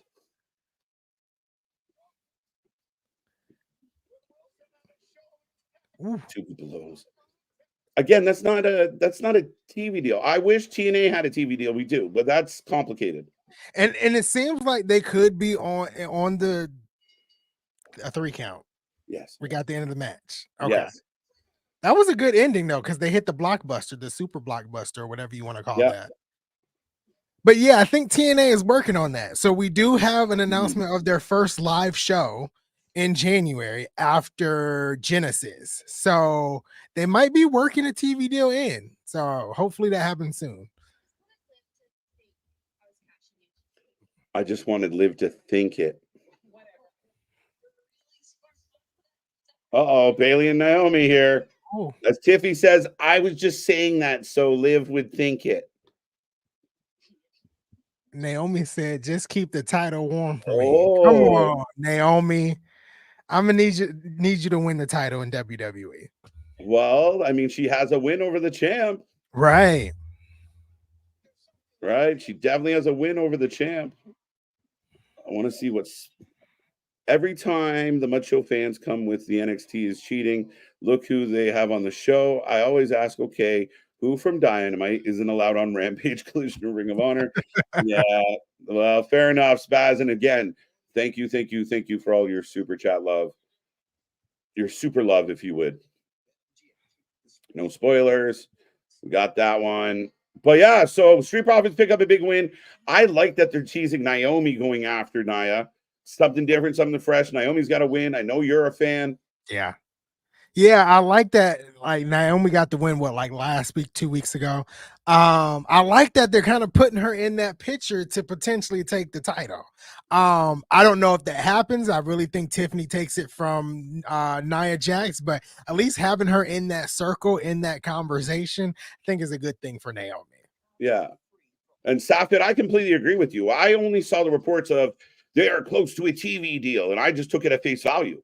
But to me, and like to everybody, it's just the way it is. It would be cable or broadcast TV that you would land on. Like, Mhm. Ring of Honor is going to FS1. That's huge news. Right. Ring of Honor going to Tubi is news, maybe not big news. Right. Like the WWE deal with Netflix. That's not a TV deal. That's a streaming deal because Yeah. Netflix is streaming. But yeah, Mhm. and being excited for it to be on Tubi, I think that's a bit much, to be I'm just honest. right. I'm just happy to see Athena and a few others at Ring of Honor I enjoy without damn paywall. I agree with that. Like, I mean, I paid for the membership to the Honor Club. The coolest thing about the Honor Club is the library. I will give them credit. And I mean, they don't really deserve a whole lot of the credit. The library of the old Ring of Honor is crazy. But the Ring of Honor show itself hasn't warranted, having that membership. Yeah, I feel like when TK acquired Ring of Honor, it started off pretty strong because I was kind of watching there, Yep. and then it just kind of fell flat. And I haven't watched in a minute. I want to say at least a year and a half I haven't watched. Well, and we covered it at the beginning when it first came out. Okay, this is hot. People love Ring of Honor. Tony promises a certain thing. What I think really killed Ring of Honor was when Dark and Dark Elevation went away, because Mm, then all those people that were on YouTube migrated into the Ring of Honor product. So now we oh, were getting like the Dark Order and like a lot of the signees that they weren't using on regular television kind of flooded in to Ring of Honor programming, and it really watered down the product. okay. I forgot that AEW Dark and Dark Yeah, Elevation, I think it was. I forgot they got canceled. And yeah, you're right, because the talent did move over to Ring of Honor after that. yep. And that's what it became. It became Ring of Honor Dark, which it wasn't like what we were hoping for. It was kind of having that grungy underground vibe to that show, and it didn't maintain. Yeah, I don't think anybody was surprised by a private party, or sorry, a Street Profits win tonight. The private party win on Wednesday felt pretty obvious. I don't know how you felt about it. I know you were in the chat, but and here comes Naomi. Yeah, I didn't feel like it was out of nowhere. I felt like Private Party was gonna win. It wasn't in a Mhm. stipulation if they lost, they had to Yeah, break up as a tag team. Yeah, that kind of told you that they were gonna win. right. Yeah, I mean, I think if I was being, I didn't mind it. I liked the moment. I liked how much the crowd was into it. They went up and they had like their Jey Uso moment. They went up in the crowd. The crowd was cheering. Every Yeah. time you can get the crowd into something, good job. I mean, I got to give them, credit. Um, I kind of a little surprised that if you were going to do it on the pay per view. Yeah, and I think the crowd at the pay-per-view was really behind them winning at Yeah. Wrestle Dream. I agree with you there. I believe it should have happened on the pay-per-view, but at least it happened and the Young Mhm. Bucks are no longer the champions. Maybe But they can take a back seat for a minute. well, that's the rumors. They're going home for a while, and they don't expect them to be back until some had assumed like the New Japan AEW show in January. So if they're Okay, off for good. 8 weeks or so, that's probably good for business. And Yeah. um, I'm not one of these guys. Like, even at Jericho, as much as I shit all over Jericho on a weekly basis, I think it's just the just go away. I Yeah. will hate you less if I have to see you less. So No, absolutely. Just go away and come back, and I might actually like you again. yeah. So them taking some time off is good for business. It's good for everybody. There's a chunk of the roster that came in 5 years ago that have just always been there, Right. week in and week out. Even in Orange Cassidy, like he's been booked like fucking more than anybody. Like, just take some time off. Now he might be the champion. Right. I feel like for a time period with Orange Cassidy, like it was like for 9 months, he was like the opener for Dynamite. Soon Yeah. as Dynamite started, it was Orange Cassidy's music. Yeah.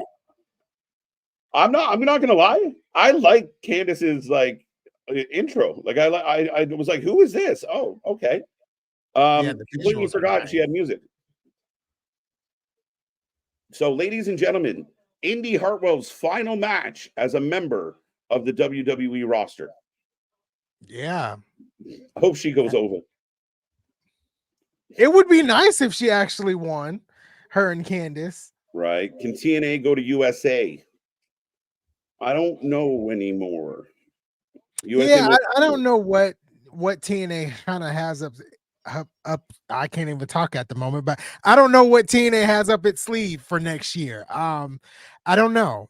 It might be a place for them to go, but I know they're working on something. They're trying. Yeah. And again, I think there's a lot of opportunity out there, and I would like to see it just for their sake, because they do put on a good show. And again, building that fan base, I know you wish we covered some more TNA regularly, but it's just building that fan base and that notoriety would go. I think if more people saw TNA, they would go, wait, this is kind of better than what I've been watching some weeks. Yeah, I remember even when we did the Bound for Glory stream, it was a couple of people in here was like, I understand why you watch TNA. This is great. This is awesome. Yeah, it's just hard to kind of come by because they're not everywhere. Access TV is not everywhere, but Access TV owns TNA. The parent company owns TNA, so it's kind of difficult to shop for a TV deal when you have your own television network and kind of do what you want on there, right? Yeah, that's a little bit of the tricky part with this one, but if they do want to expand it, it's going to require some more, or at least if you're going to stay on Access, find a way to make it more accessible. Right. Nia Jax, but right now we got Bailey. Oh, Candace sitting on the apron, going to a commercial spot. They're trying to give Candy some love. Yeah. Isn't Briscoe more famous on Ring of Honor versus Jericho? Within that realm, Frank, but not to the wider public, right? Yeah, it's not like Briscoe had most of his career there, right? I think so. So yeah, obviously, but Jericho is like the main name, is the mainstay name. So if that's how they're getting the TV deal, I understand. But Jericho is not all that great anymore. Did you see Athena's new stupid looking belt? I have not. It's a spinner. And I'm not a fan of the spinner belts in general, but I did see the belt and it does look stupid. Your mic looks like something censored or blurred out. It is. You figure out what. What's your favorite superstar out of men and women? The favorite male is LA Knight. My favorite female is Liv Morgan. I'm really bad when it comes to picking favorite anything, so not the best person to ask, guys. I know a couple of your favorites, but I don't. Yeah, I feel like Roman is still my number one. I've been rocking with Roman actually before the whole, what is he now? I forgot. The Tribal Chief, right? I've been behind him since the Big Dog days when everybody was booing him. So I've been a Roman stan since then. So that's kind of my number one for the men. Naomi's all around, Nia Jax is all around. Both of them I'm always going to be a fan of. So I would have to say Roman, Liv, Naomi, and Nia Jax. There you go. I'm going to go. Again, I suck at favorites. I got a list of people I like, but things change. But just for shits and giggles, I'll say Kevin Owens. There. And I think Bailey. I mean, Bailey, Yeah. Io Sky are probably my two. Like, I watch any match with Io Sky. Like, I love Io Sky, Oh yeah, Io Sky can really deliver in that ring every time she's in it. and I'm a big fan of Bailey. I think she's an absolute workhorse. Right, absolutely. Young Bucks are going away for a while. What I read, yeah, Dale, I read the same Yes. thing. And I think it's great. I think it's good. This is a smart business decision. Jericho should do the same. If Orange Cassidy doesn't beat Moxley, maybe OC stays away for 5-6 months and just take a breath. Yeah. Take a breath, take a breather, and then come back, and maybe people will actually like you, like I said earlier. Well, she's a pixie, Boston. Why are you hating? It kind of has to go with the gimmick if she's a pixie, I guess, right? Right.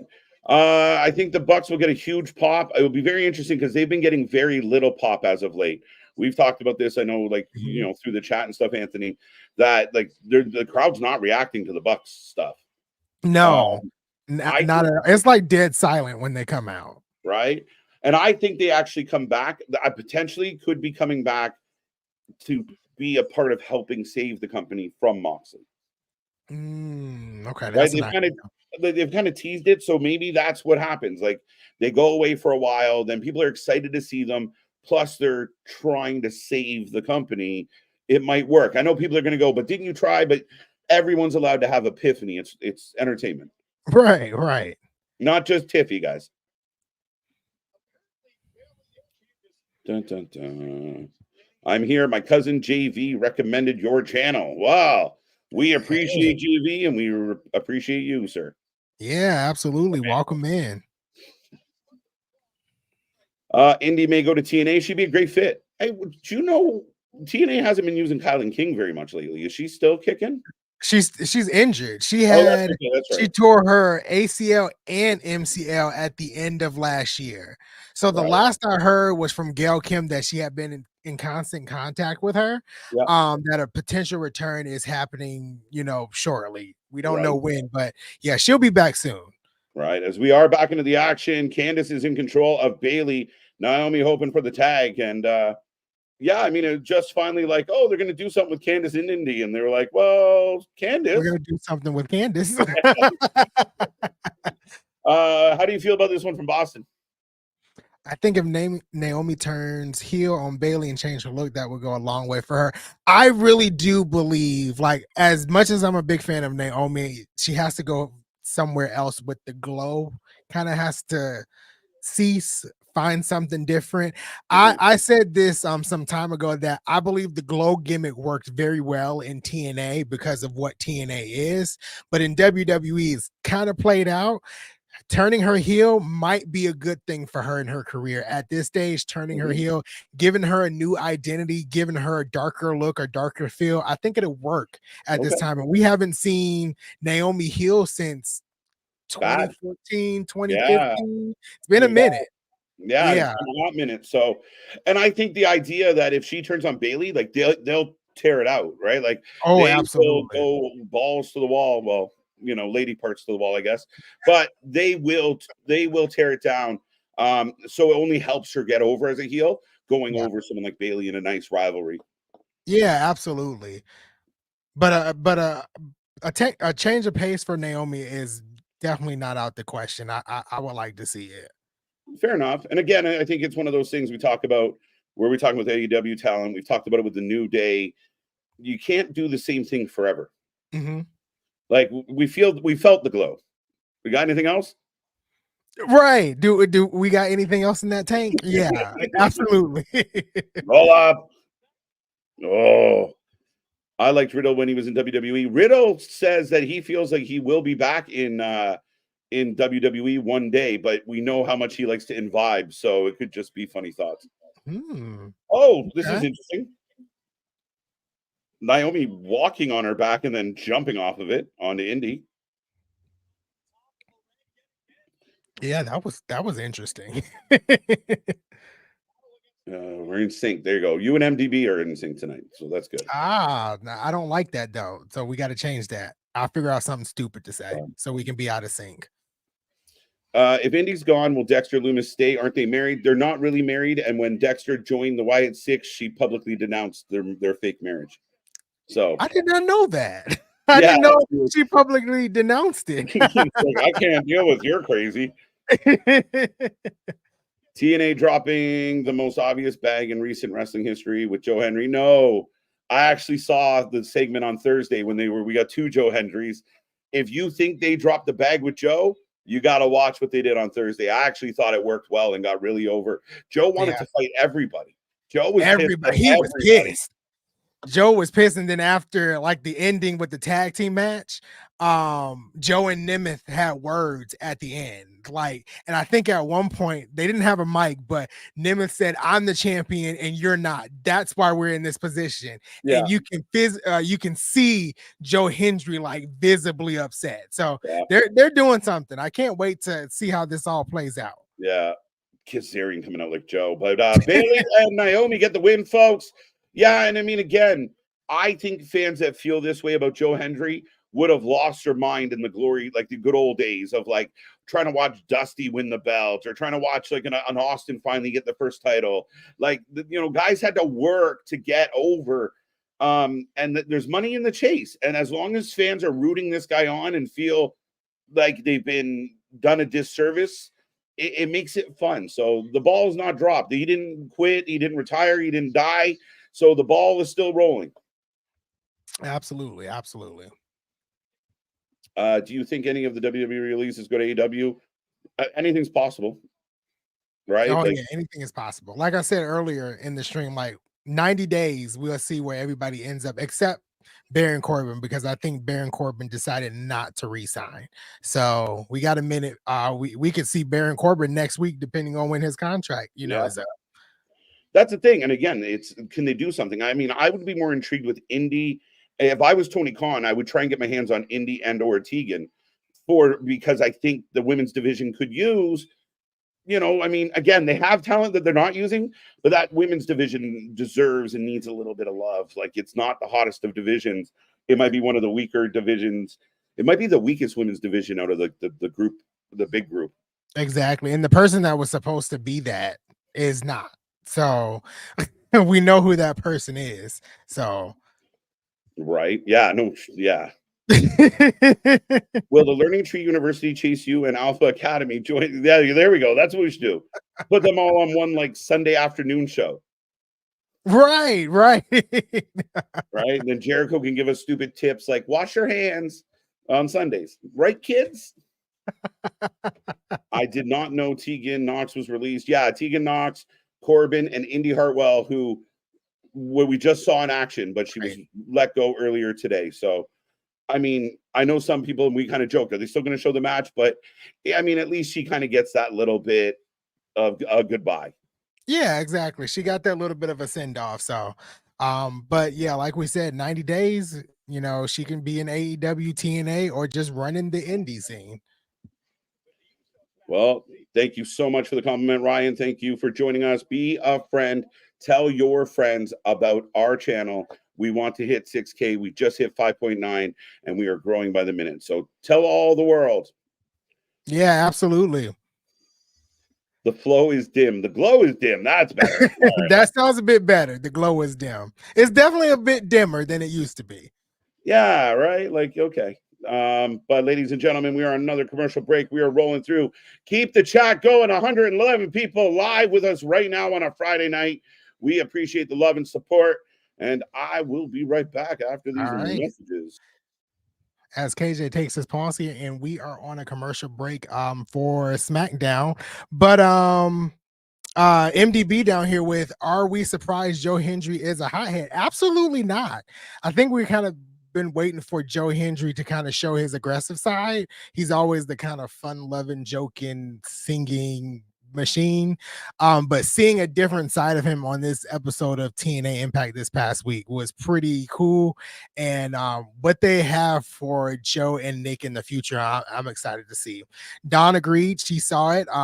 She loved it. The back and forth was amazing. Joe is cooking right now. Absolutely. I think he's doing some great things right now in in TNA, and we'll, see it in the coming weeks, in the coming months, as we approach the next big pay-per-view, which is in January, Genesis.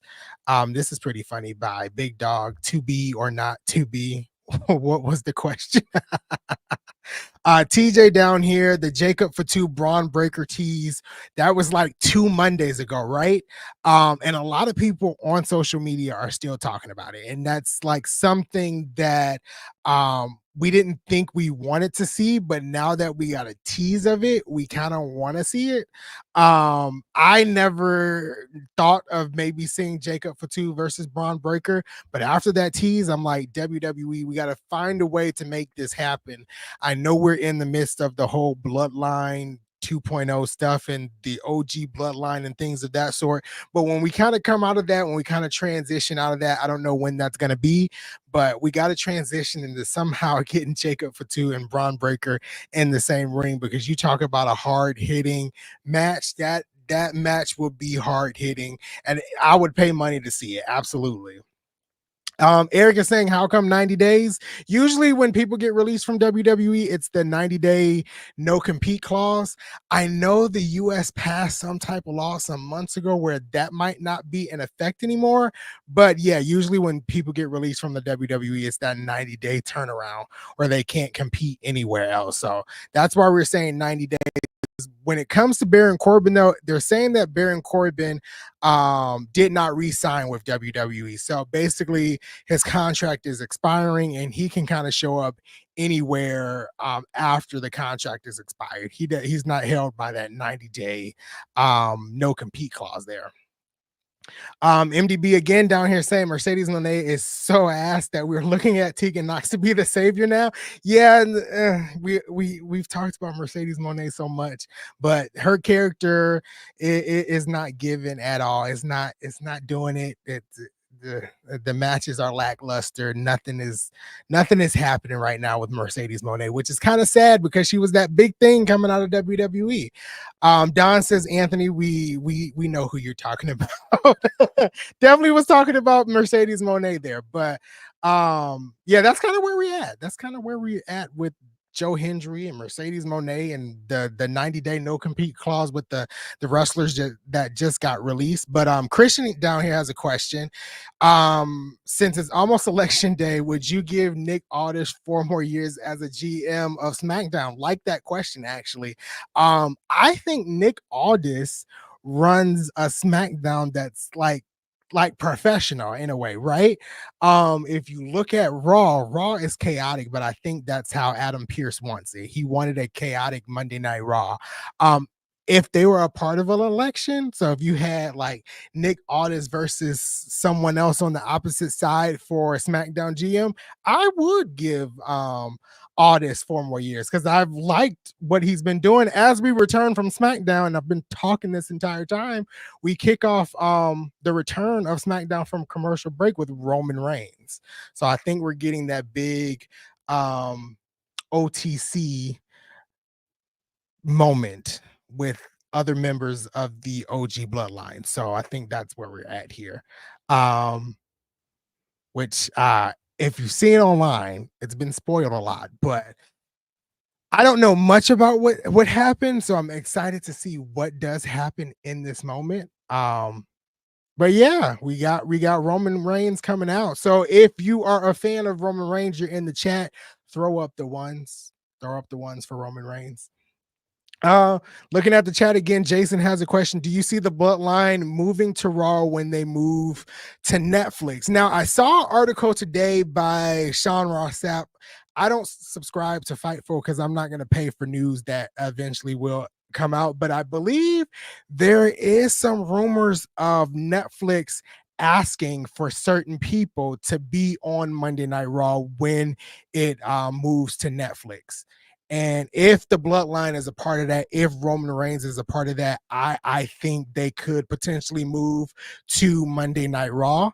Where does that leave SmackDown with like one of the biggest storylines in history? I don't know. But I did see that article earlier that Netflix is requesting some big stars for their move to Netflix later on in January.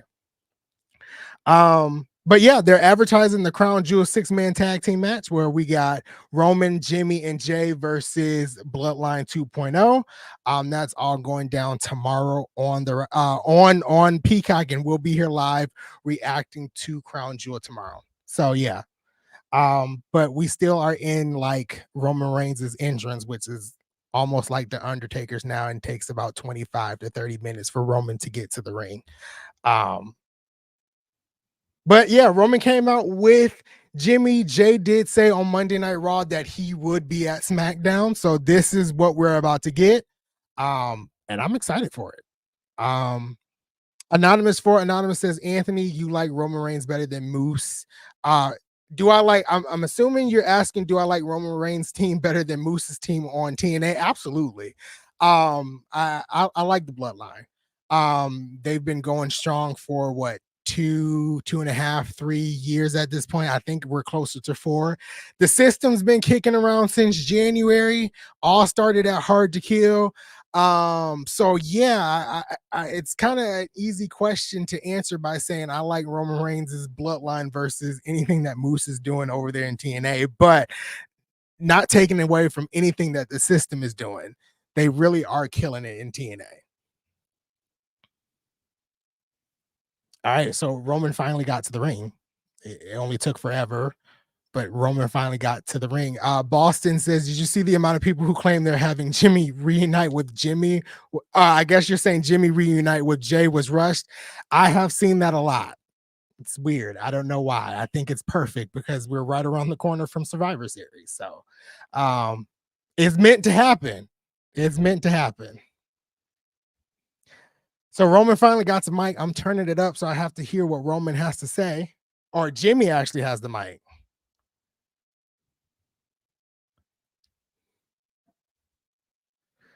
Let's see.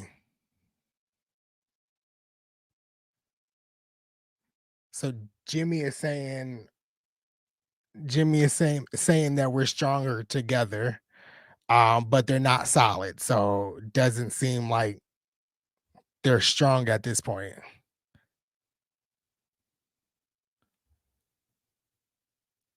I'm surprised Jimmy is the one trying to get all of these guys back together. I really thought it was going to be Paul Heyman, but I think Jimmy might be the right choice.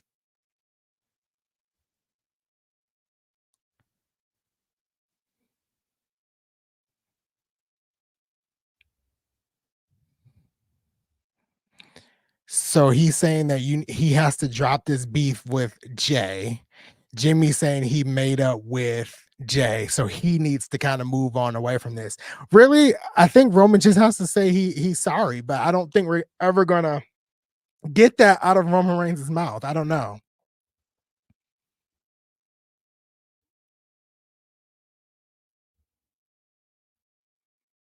Yep, he's saying I need you to squash this with Jay.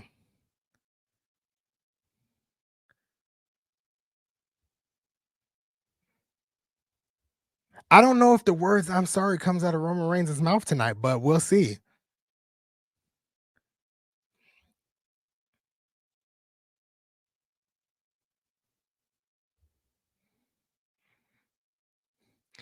So Jimmy is saying that if we don't come together as a one unit, we're gonna fall to the Bloodline 2.0 tomorrow, which I think they're gonna fall regardless. But that's basically what Jimmy is saying here.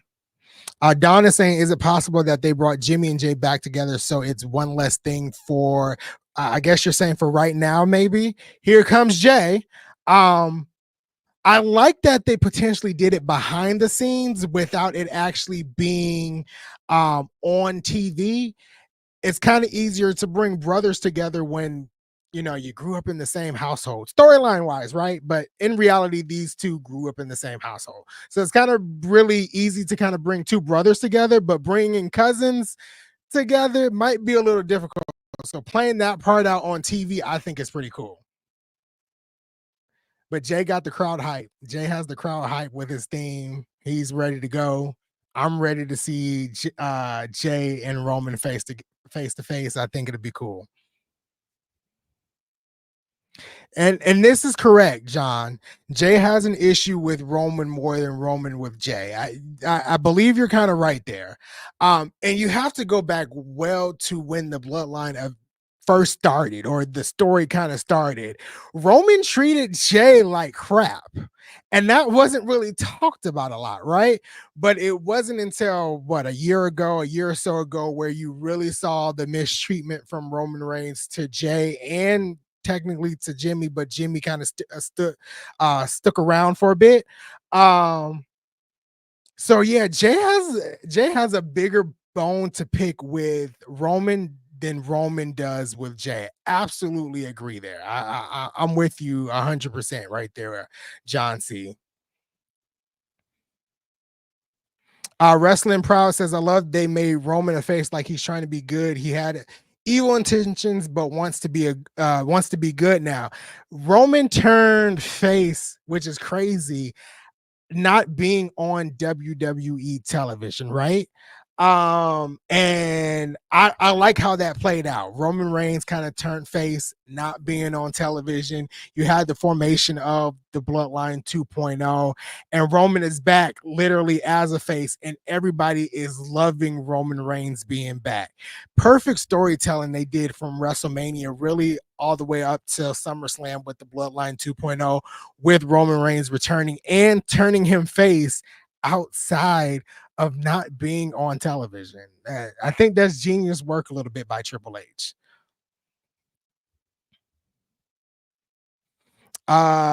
Christian says, I guess this segment is like negotiations at the United Nations. It may be.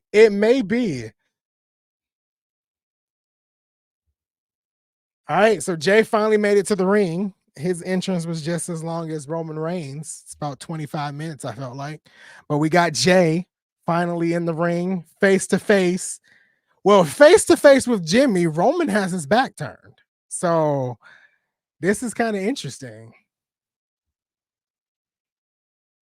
Misfit says the 90 days non-compete law does not affect pro wrestling. Like I said, I know they passed a law. I didn't read into it, but as always, the 90 days happens when you get released by WWE. Christopher, Jay upset Roman, picked Solo to be next in line to be chief and not him.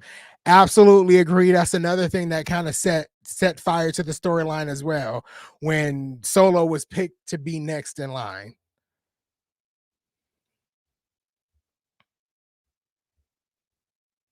So we got Jay with the mic,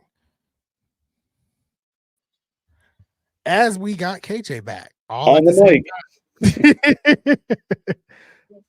I couldn't miss this. Like this is perfect.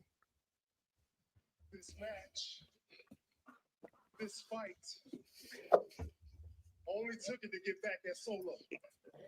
So Jimmy's saying, I only took this match to get Solo.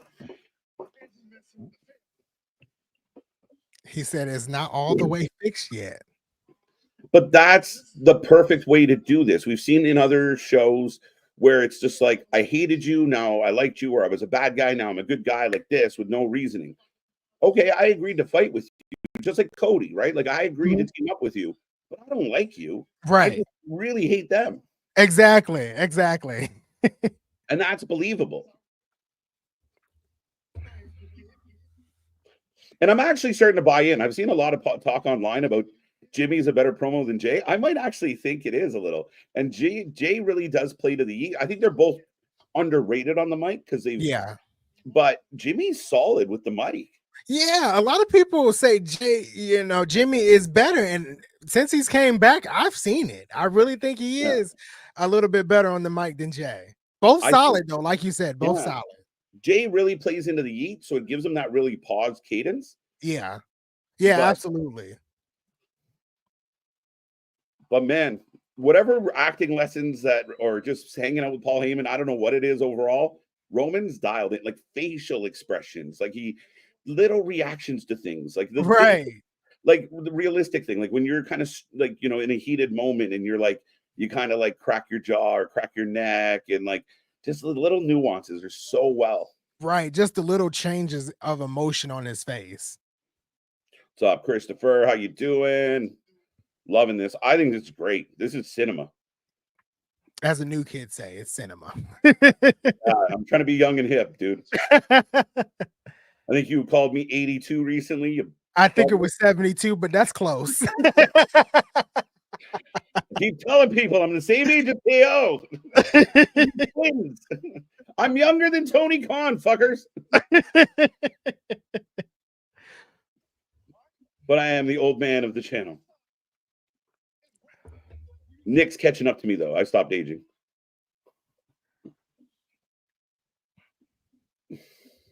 Yeet, yeet, boom.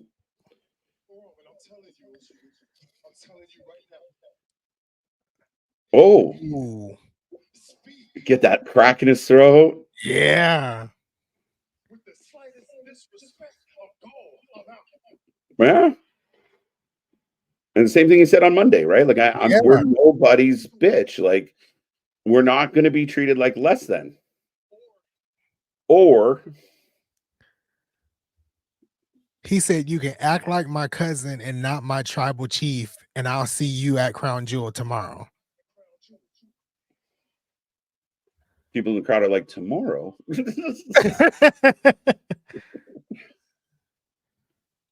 what you say is, we're going to do the damn thing or no? Or nah. Ooh.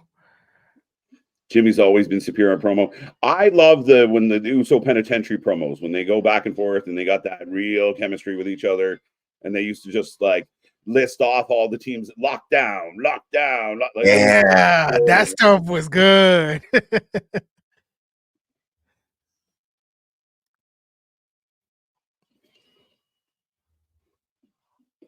Roman over as hell. I heard you talking about, Roman becoming a baby face.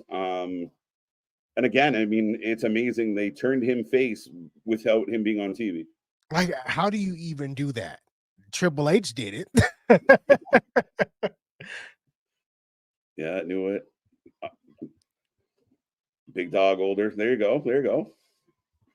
Uso Penitentiary made me a fan of the Usos. Oh, yeah. I mean, yeet! Did Roman just say yeet? Yeet! Oh, okay, he did. Okay. Roman gives us a yeet, folks. Roman said yeet.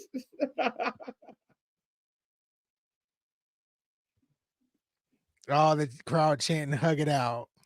Yeah. Can we get that? Can we get that? Yeah, we gotta get it.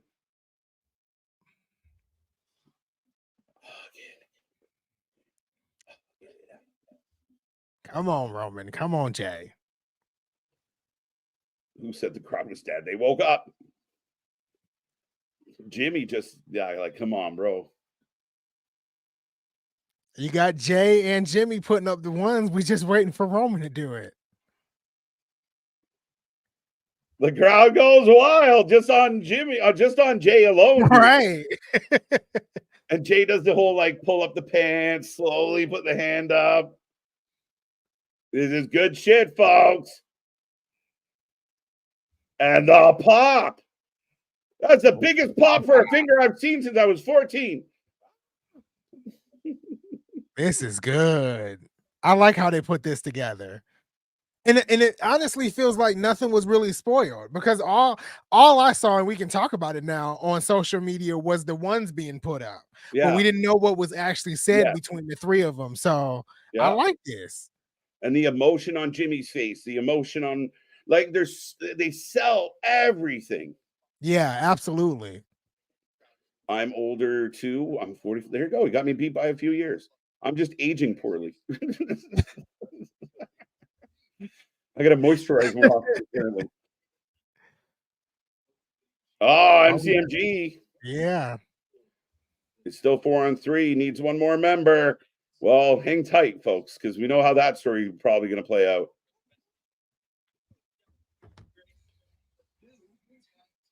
Okay. A-Town down. That'd be a nice victory for MCMG. Yeah.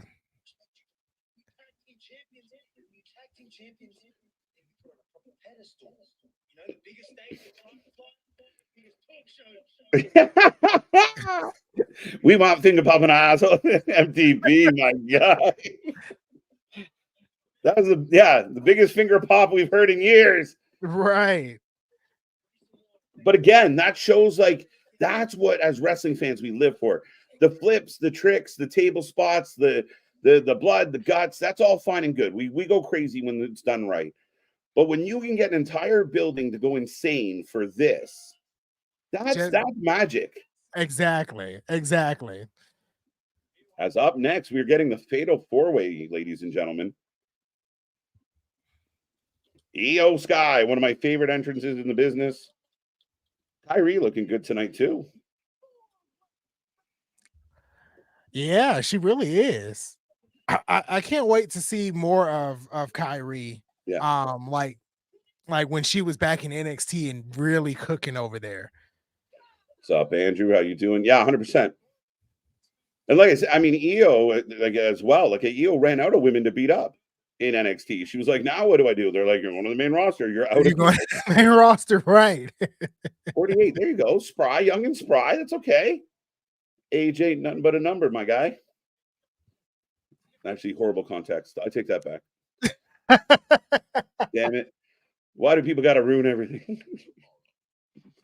Kyrie looking nice. Yeet, yeet. Yeah, so ladies and gentlemen, if you're just tuning in, and I'm sure some of you knew, some of you might not have, but the Bloodline have reunited. They will have a 6-man tag at Crown Jewel tomorrow, which I believe Anthony and I both believe that the new school of Bloodline takes the W in this one. Yeah. I think Bloodline 2.0 takes home the victory tomorrow. It's going to be an insane match, but it's all going to lead to hopefully a Sammy return to the Bloodline and to the War Games match here at Survivor Series at the end of November. Yeah, I think so. And I mean, again, the idea, I smile at the idea of getting the honorary youth back in the mix. Right. It'd be so cool. I just want to see the first interaction with Roman and Sammy, how that's going to be. But I do believe Anthony's taking a pause for the cause. Well, we're on a pause for the cause. So I will hit the buttons and we'll see you in a moment, sir. I took both of us out. Asuka has been injured. Yes, she hurt her knee. Io was like 5'2" and exudes everything a wrestler is supposed to be, 100%. Again, you wouldn't know. She's what I would define as a little spark plug MDB. You never know she was just 5'2". Like she just, the energy, the look, the vibe, the feel, the confidence. And then she gets in the ring and she pulls out bangers. And I mean, we've recently seen Julia and Stephanie Vacour, Jordan Grace now. There's so much happening that eventually you think of 2025, 2026, there's so many, I hate the term because it gets used so much, but dream matches per se, in the idea that, you know, we could get an Io Julia rivalry or a Kyrie Stephanie match or any number. Asuka's still in the mix. She will be back. And that's not to discount a Naomi, a Bailey, a Tiffany. Lyra's still out there who has shown that she can go in the ring. It's really crazy what's happening here, especially with the women in WWE. It's really, really insane. Can't wait for Asuka to return. Yeah, I feel like she's still going to be out for a little minute here, John, based on her injury. But yeah, Asuka's missed. Asuka's Asuka. She's a star. Ken, I can't click on that. People get mad at me, but yeah. Pro wrestling is an art of getting the most out of the least. That's it. I mean, that's what, the wrestling we grew up on. And for some of the older guys, even more so, right? Like the rivalries that we look back on historically in wrestling that, we remember as some of the best rivalries ever. We remember those big moments when they got in the ring, but you forget that weeks and months of story, throughout wrestling history. And that's what it's lacked for so long. That's what I like that seems to be coming back into this new generation of wrestling, the wrestling renaissance that people have called it. Getting over with the crowd, having catchphrases, being able to cut promos, not having to put your body on the line every single week. And we've proven you can be a Sammy Guevara, and no offense to Sammy, just an example, and throw yourself off of every piece of furniture in the building and it doesn't get you any more over, right? The fans don't cheer any louder. They're just waiting for you to try and kill yourself again. But when you have that story, you have that substance, you have that character, you can get over. The Rock got over with an elbow, folks. A silly elbow that he was trying to pop the Undertaker with became one of the biggest things. John Cena has found ways to get over. Triple H had his gimmicks. You know, I mean, Triple H made spitting water cool. How many of us out in the chat right now that, you know, still to this day in the shower give us a little Triple H? I mean, it made it cool. Like, it's insane. And we need more of that. And that's where I think other companies, it's great that you have talent that can do a lot of cool things. It's really good. It's really cool. But if they don't have a personality, if they don't have a way, that's why I really do think that what we're seeing with the Hurt Syndicate might help. But you need to find a way to connect to the audience. You really do. As we got Deadpool and Wolverine and Piper Nivens and Chelsea. It's all about the game and how you play it, right? Literally a lifelong Rock fan because of an eyebrow, right? Like, this guy used to just throw an eyebrow up and the eyebrow would get a pop. Like I just said, 3 men stood in a ring and put a finger in the air, and this one, not the other one, and sorry, ladies and gentlemen, got a little distracted. Jade and Belair.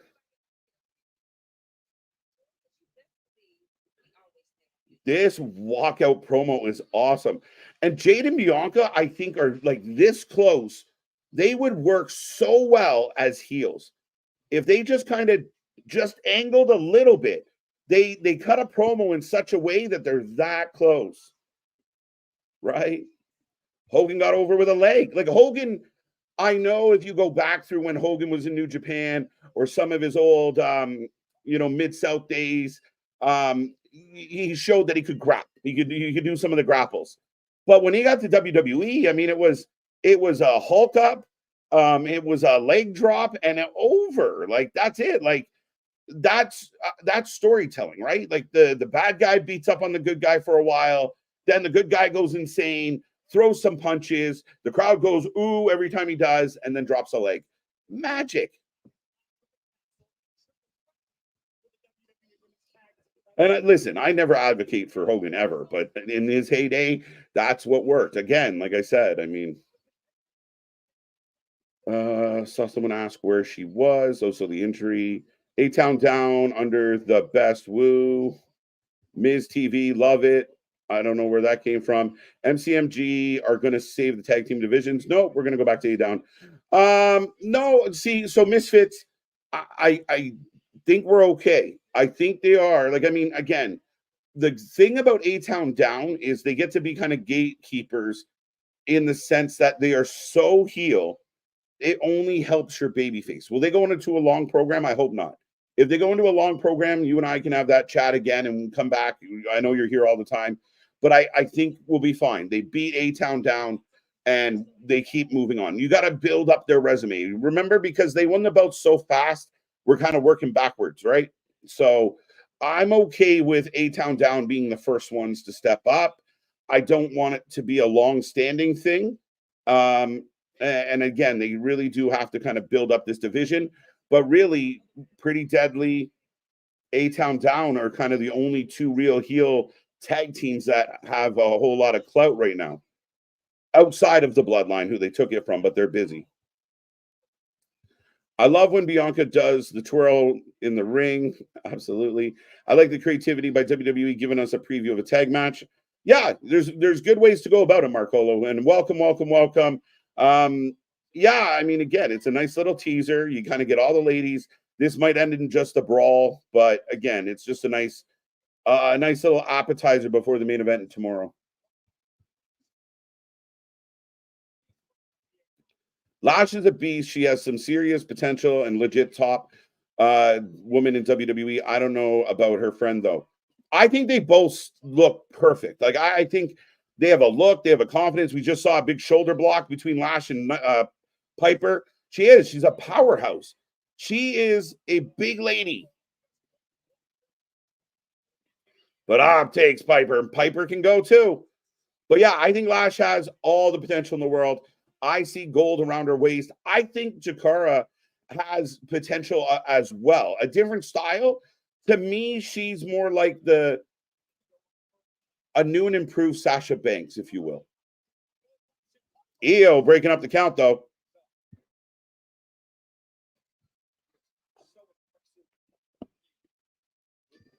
Female APA, fair enough. We're 29 days away from Survivor Series. Yes, we are. We will be here live for Survivor Series. It's going to be a fun one. I can't wait for War Games. I can't wait for Survivor Series in general. It could be an insane show. Exactly, MDB. Exactly. The biggest thing I don't get with this motherfucker is you had a good enough life to not be a liar. Like, you could just tell real life stories. Why do you gotta lie? Like, that's a whole different level of just being pathological. I don't care about A-Town, nor do I care about the tease about the split. I don't much care about the tease about the split either, Misfit. I don't know. Oh, wow. Bianca gets taken out by Lash and Nivens. Like, am I really going to be like, oh my God, about the idea of Waller beating up Theory or Theory beating up Waller? No, they're going to have to put in some real good work to convince me that that's good, right? Like, you're going to have to really give me something out of Austin Theory if he's going to be the babyface in this group.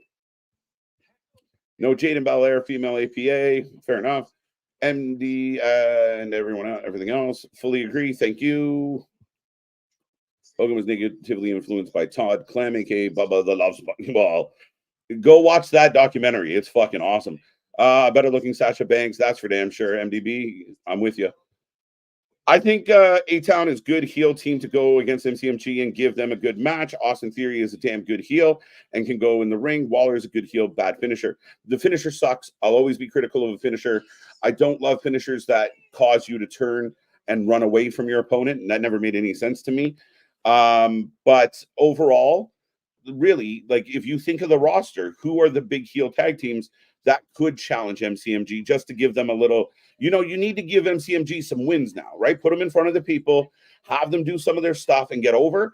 Theory sells his ass off. Waller sells his ass off, and people love booing them. So it works out really well for me. Again, should they be in like a 3-month angle? Maybe not. But it's a good win for MCMG. Is Survivor Series at regular time? I don't quote me on this yet. I think it's starting at 7 p.m. Eastern Standard Time. I think it's at 7. The thing about Survivor Series, it's on the West Coast. It's in Vancouver, so it's earlier for them. So I do believe they're going to go live at 7 p.m., not the usual 8. And then WWE's been doing that more and more lately. Especially on Saturdays when there's UFC, they want to get in and out before the UFC comes on. So, and I love it. As a guy that covers all the wrestling here at this channel, I think it's great. She does have a bit of Sasha Banks feel to her.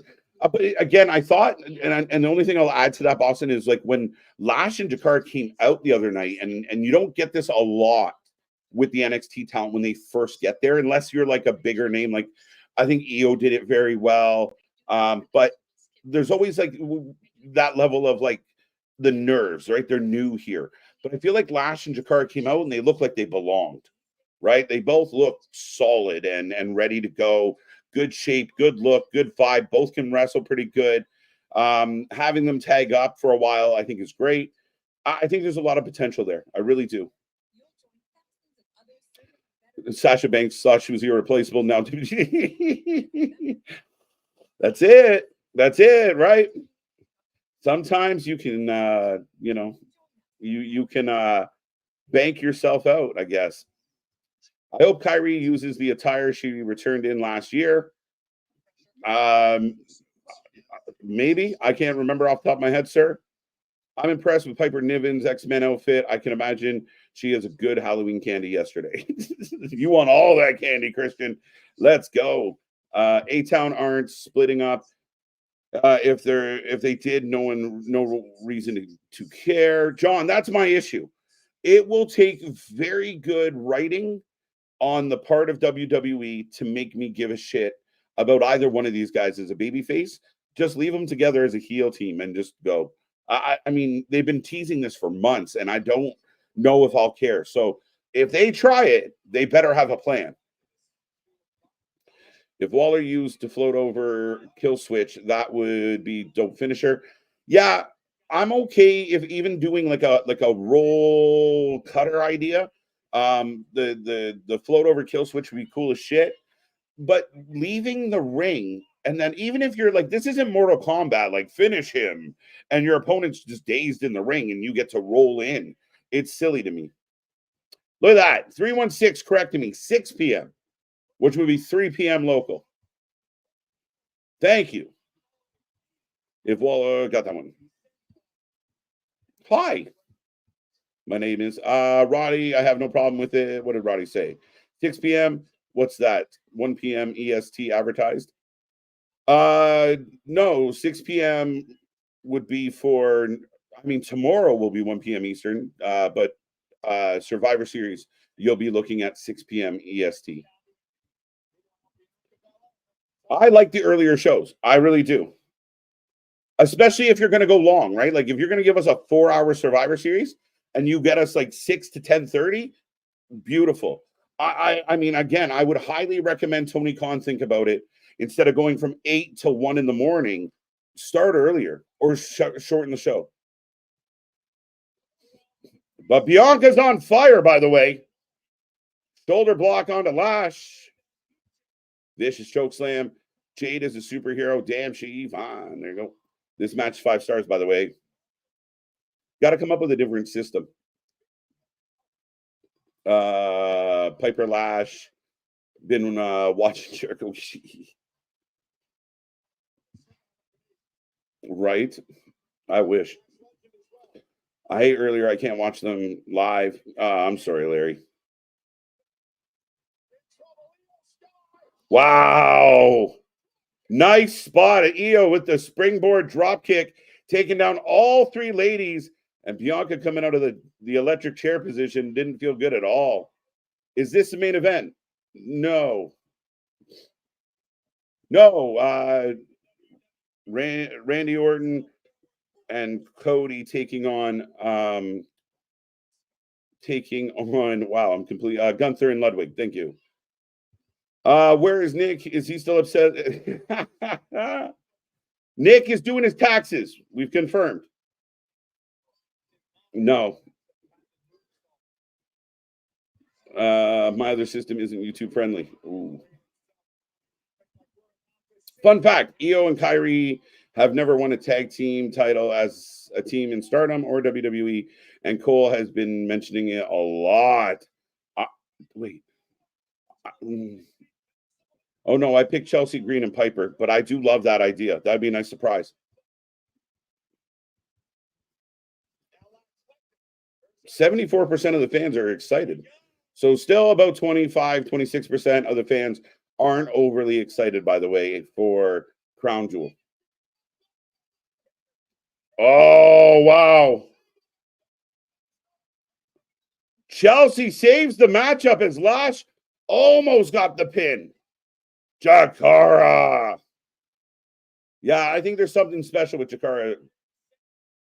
Kyrie with the axe kick. Boo, boo.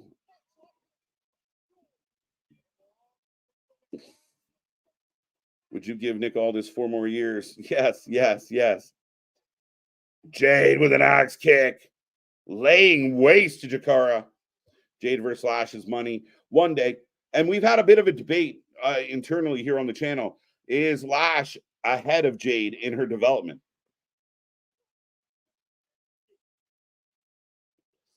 Santon. Is Nivens going to get the W here? No, I think he's doing okay. He's doing okay. He's, like we said, he's celebrating tax season.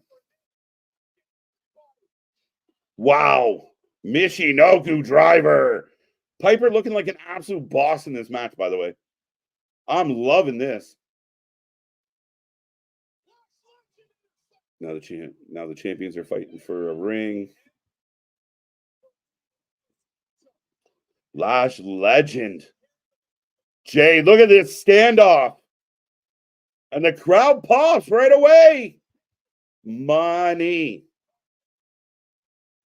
See, I love when they do that. We'll get that moment tomorrow. So I like that they pulled her out. Carhill taking out Jackson again. Every time Jackson gets up, Carhill knocks her back down. Oh, wow. That is a big lady. Oh, my God. What a KOD. And the boots all out of nowhere. Get her. 3. We got a 3. EO. What a fucking spot. Excuse my French, but my God. What a spot that was. I'm with you. I'm with you, my guy. That's my call. I just think they earned it. They deserve it. They'll be fun. It'll be fun to have the baby faces chase them. They're good. People pay attention to Piper and Chelsea. I like it, but my God, that KOD on Lash looked like it took effort.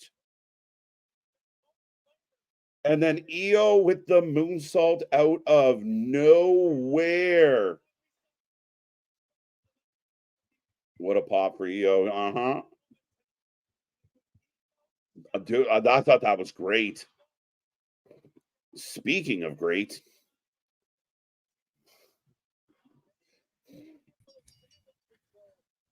What did I do? Oh, that's what I did. What a match. That was a hell of a match. That was a really good match. And the ending, like the KOD was insane. And then the moonsault right after. I thought she was gonna it looked like she was just gonna freeze in midair and come fall back down. Like Lash is a big lady, thick, she holy. You gotta have a lot of power to get Lash down. That's what it takes. Bianca is a tank, just the strength in that lady. Yeah. And the way they shot it was like, oh, the champs are about to win, and EO just enters the frame from nowhere. Out of nowhere. I don't know. I guess that potentially could have Chelsea and Piper. I'm feeling it, bro. I know you were my second choice. Yeah. I know your heart was saying Chelsea Piper, but your brain said otherwise. Yeah. I couldn't go for shits and giggles, and I like the idea of them winning this. I really do. Yeah, I mean, I would like to see Chelsea, have a little moment and have those tag team titles. Yeah. And I like the idea of maybe it's a me thing, but they're so heelish and she's such a pain in the ass. So you have good babyface teams that could go after them, and Chelsea and Piper do all the things that heels do to keep those belts for a while. I think it's great. I really do. Yeah. Tomorrow's gonna be interesting now with that match. Like who's really going to pull out the victory tomorrow? I'm excited. Right. Question: you think Sasha Banks saw the writing on the wall when she fought Bianca at WrestleMania? No. And the reason I say no, and Anthony, I'll get your opinion on this, but I think because Sasha's head's so fucking big, that no, she was like, I'm the best in this match ever. I rule. So I think with Sasha, it came down to dollars and cents, obviously, ironically. But it was, she wanted to be paid and treated like the top woman in the division. Look at this division. Where are you going to put Mercedes in this division? No, absolutely. No, I don't think the writing on the wall was that moment. The writing on the wall was those tag team titles. Yeah. And the walkout. I think that was the writing on the wall. She really thought.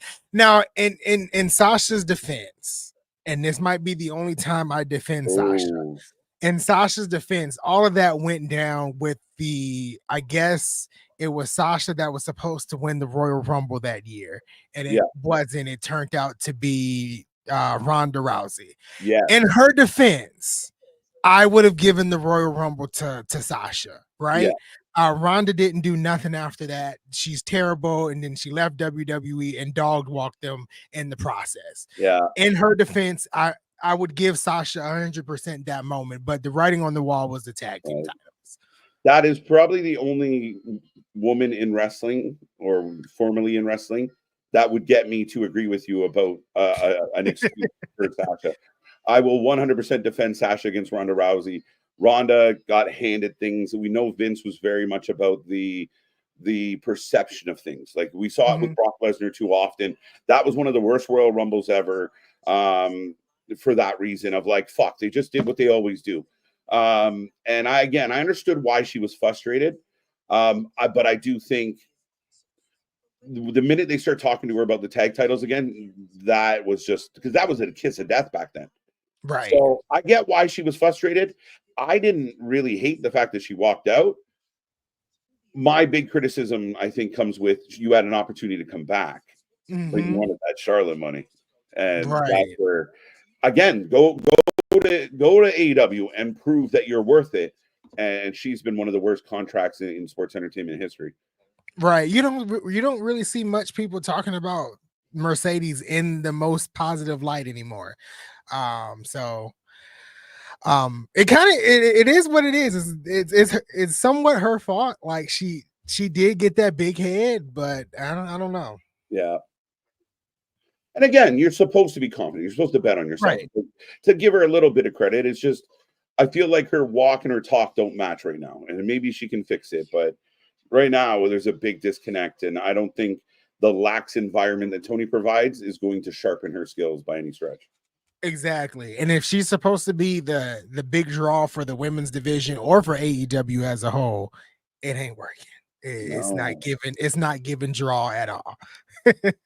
Can we just book Deonna Purrazzo more? Can we please? Can we really? I really want to go back to December of last year and be like, Deonna, I want you to think before you sign that AEW contract. Yeah. Well, what do you think if you're Camille? Like watching Raquel Rodriguez and watching Delta. Now we're seeing Lash, and if you're Camille, who was like, "Nah, I'll go over here." I wonder if she's having any like regret of like, "Man, this sucks." You're right. And the way they're presenting Raquel as like that bodyguard is the way Camille should be presented. But on top of that, I don't really think Mercedes Moné needs a bodyguard. I don't think her character presents itself as needing protection. I don't know. Well, I agree with that. I think there's been, Sasha wins without help. And Camille wins with Sasha's help. So who's the bodyguard of who? Who's the true bodyguard? Ladies and gentlemen, we just got the package for the U.S. title match that will be taking place tomorrow between LA Carmelo and Andrade. I think this match could really surprise us and really get in there as one of the matches of the day. 3 guys that can go in the ring. I'm a huge fan of Andrade. I've been an advocate of Andrade before he came to the WWE. I was pumped that he signed with NXT back when. So I'm looking forward to this as we get the Bloodline. Yeah, the Bloodline 2.0. Do you ever think Jacob's hands fall asleep? Just being like, he's always in this position. I got Mello winning. I do. I'm with you, MDB.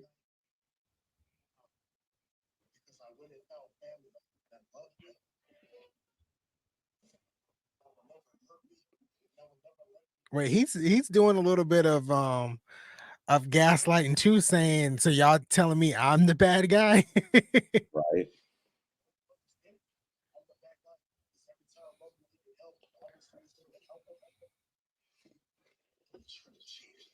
I'm the tribal chief. These vignettes are wicked for me. Like, I think Solo has come miles from when he first took over. Mm-hmm. Even from his NXT days, he's on point with this character. Like he's a believable tribal chief in all honesty. Yeah. Really is. Gunther! So this must be the main event, the big tag match here. Big main event. Is Gunther and Ludwig coming out, still kind of representing Imperium to an extent, even though we've lost the other one completely. Right. He did 2 matches in his return, and then we haven't really seen him since, right? I'm worried that we're going to get, the announcement about his thank you for about his release. Oh. And I think he's got a lot of potential. Like, I mean, Vici can go. Like, he's a talented guy, super strong. very athletic. He did like the couple shitty matches where he couldn't get out of his tracksuit, and Yeah. I don't know what Trips is up to with this one. So let's hope LA wins the crown jewel. It's already happy days ever since the Dodgers win the World Series. I just have a gut feeling that Carmelo's going to steal it. I think if Carmelo steals it, I think that'd be a big upset. Yeah. In a good way. But I think it'll be a big upset. Right. I would have gave Sasha Charlotte Flair money. She deserves it after all these years. Nope. Clearly not. I think because I'll say this, I'm a fan of the Sasha character. I'm a fan of her presence in WWE. Big fan of her presence in WWE. And I also don't want to be that person that's like, I don't like her because she's in AEW. No, definitely not that person. If she would have stuck with WWE, I could see her having that Charlotte Flair money. Yeah. But then she kind of stepped out on her own, which is also not a bad thing, and it's just not living up to the hype, you know. Yeah, that's kind of how I feel. I wouldn't give her fucking Maxine Dupree money. And again, I think sometimes people underestimate the value of the environment they're in, having good production, having good wrestlers. Like when she's getting in the ring with Bayley, Charlotte, Naomi, these athletes that can really, not that she didn't do anything. She had some of the best women matches of memory. Her Charlotte tore it down. Her and Bayley in NXT still goes down as one of the best NXT moments ever. So she wasn't valueless. I just think she valued herself higher than what she had gotten to. And again, everybody has that opportunity. Okay, go out and do it. And ever since she kind of left, it's been a lot of talk, not a lot of walk. Exactly. Behind the WWE machine, Sasha Banks was really good. I feel like she was. You can be a fan of her, you cannot be a fan of her. Yeah. You know, that's your opinion. But I do feel like behind the WWE machine, she delivered. But she's not behind the WWE machine anymore. And a lot of the mistakes and flaws, especially in her promos are being exposed. And she wasn't the best in WWE when it came to promos, but they had taglines for her. They had Boss Time. They had Blueprint. They had The Standard. All of these things to kind of make her feel like she's the big time. And that is not given the same presence in AEW. Yeah. And you're not wrong with that at all. And truthfully, I think part of my problem was if I heard Michael Cole say Boss Time one more time, I was going to start sending him hate mail. I was that close. Like, Michael, you didn't have to do it every time. Some nights we'd see her 3 or 4 times, and every time she popped up, Boss Time. I'm like, dude, get a new clock. Fuck off. It was a lot. Raquel has been very bad ever since come back. I don't think so. No, she's kind of been in the background, so she hasn't really done much of anything just yet. Yeah, and if they were leading towards a Rhea Raquel match, that's kind of her moment. But I think she's been perfectly fine as like the big enforcer that gets in the way. You got to get through her to get to live, and I think it just adds that element. Right, absolutely. I doubt if KJ Solo is from the Bay Area, they could stand like that for days. Right? It's crazy. Show your toes. Fuck off. What? Wrong channel. This is not Only Stands. Tribal Chief Solo, greater than Solo. Street Champ Solo, yeah. Since WrestleMania, EO has only lost one match, a singles wrestler on WWE TV. Yeah, EO will get back to those singles moments. I don't mind what they're doing with her now, but I'm a big fan of EO. Like I said, she ran out of people to beat up in NXT, so she'll get there. Yeah, absolutely. I'm looking forward to that next singles title run from her too, outside of her storyline with Bayley. You know, I'm looking for that. Yeah. Carmelo needs the W. Braun Breaker got his shine. Bird Lady got her shine. Tiffany got her shine. It's time for Melo to get to shine. Yeah. I mean, again, I like the idea.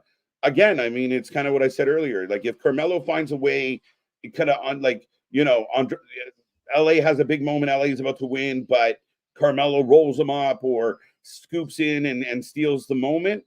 Melo don't miss. This could be a good time to prove that. Right. Here comes the Viper. After the Crown Jewel match, do you all believe they'll have the same luster going into Survivor Series? Yes. I don't think this is stopping. I think we're referring to the Bloodline. Okay.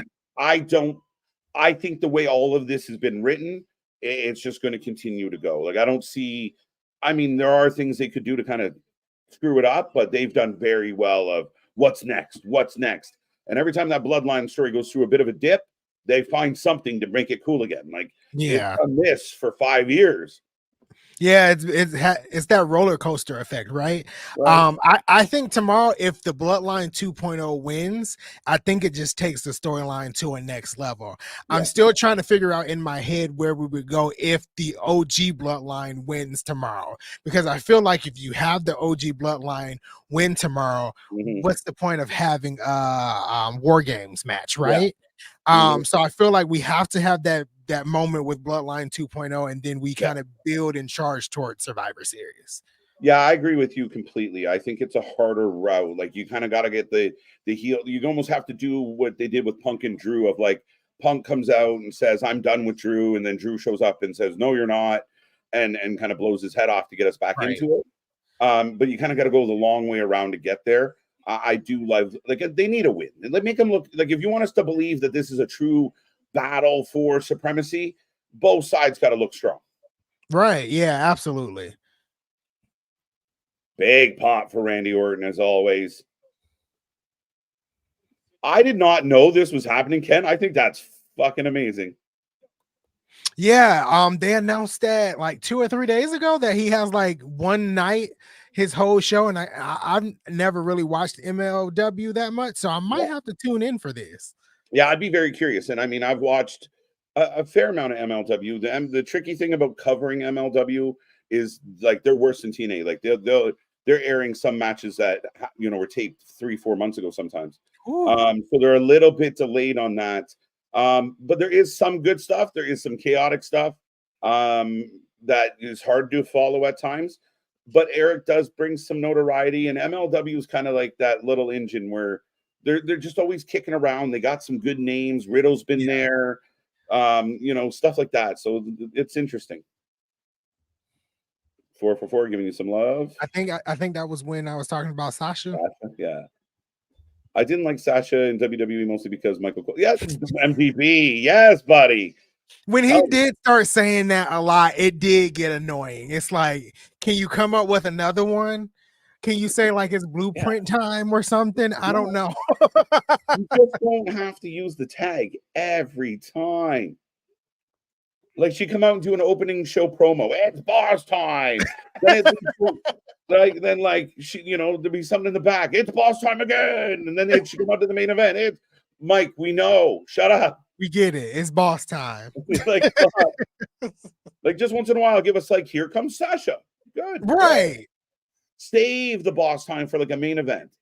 But you know, I wonder if that was a line that Vince was kind of feeding him. Like, you have to say this every time she comes out. Do the line. Do the line.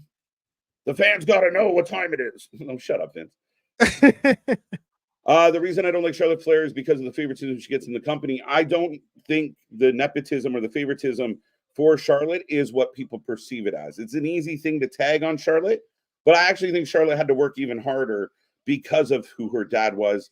And I think people sometimes ignore the actual good things that she's done, and being a really good heel and being athletic. Like, her dad wasn't out there doing flips for her. If she couldn't go in the ring, she would have faded out. Yeah, right? absolutely. So you got to give her some love, right? And then in the early days of my content creation, I was a big Charlotte Flair hater, and I actually came around. I kind of started to notice that she really is good in the ring. She really is good on the mic. She really delivers every time she's out there. So yeah, sometimes I come around. CM Punk, Charlotte. We've noticed. I will not come around for John Cena. That will never happen. Oh, I like it. But you ladies and gentlemen, the main event is off and running. Ludwig in control of Cody to start this one. Cody for the win, and I'm having a lights out match. That's crazy. Ludwig needs to give Gunther some of his knee pads. Gunther don't need knee pads. He gets a knee pad exemption, MDB. Right. But yeah, I mean, again, I will say this: babyface Charlotte drives me nuts. I don't like it. The only time I like Charlotte as a baby face is when she returned from, I don't think she was injured, but she was gone for a period of time, and she came back and beat Ronda for the title. I like that baby face moment. Anthony excited for Rampage. I know KJ is. I forgot about Rampage. We always do that. Oh shit. Anthony and I might not make it through a full hour tonight, folks. I totally forgot about Rampage. I gotta go do some taxes. I gotta go here. I still believe the conspiracy Charlotte's a man, baby, not that there's anything wrong with that. I don't think Andrade would agree with you. But who? I don't see Vichy on the WWE release list. Not yet. No, not yet. I'm refreshing Twitter just to see myself.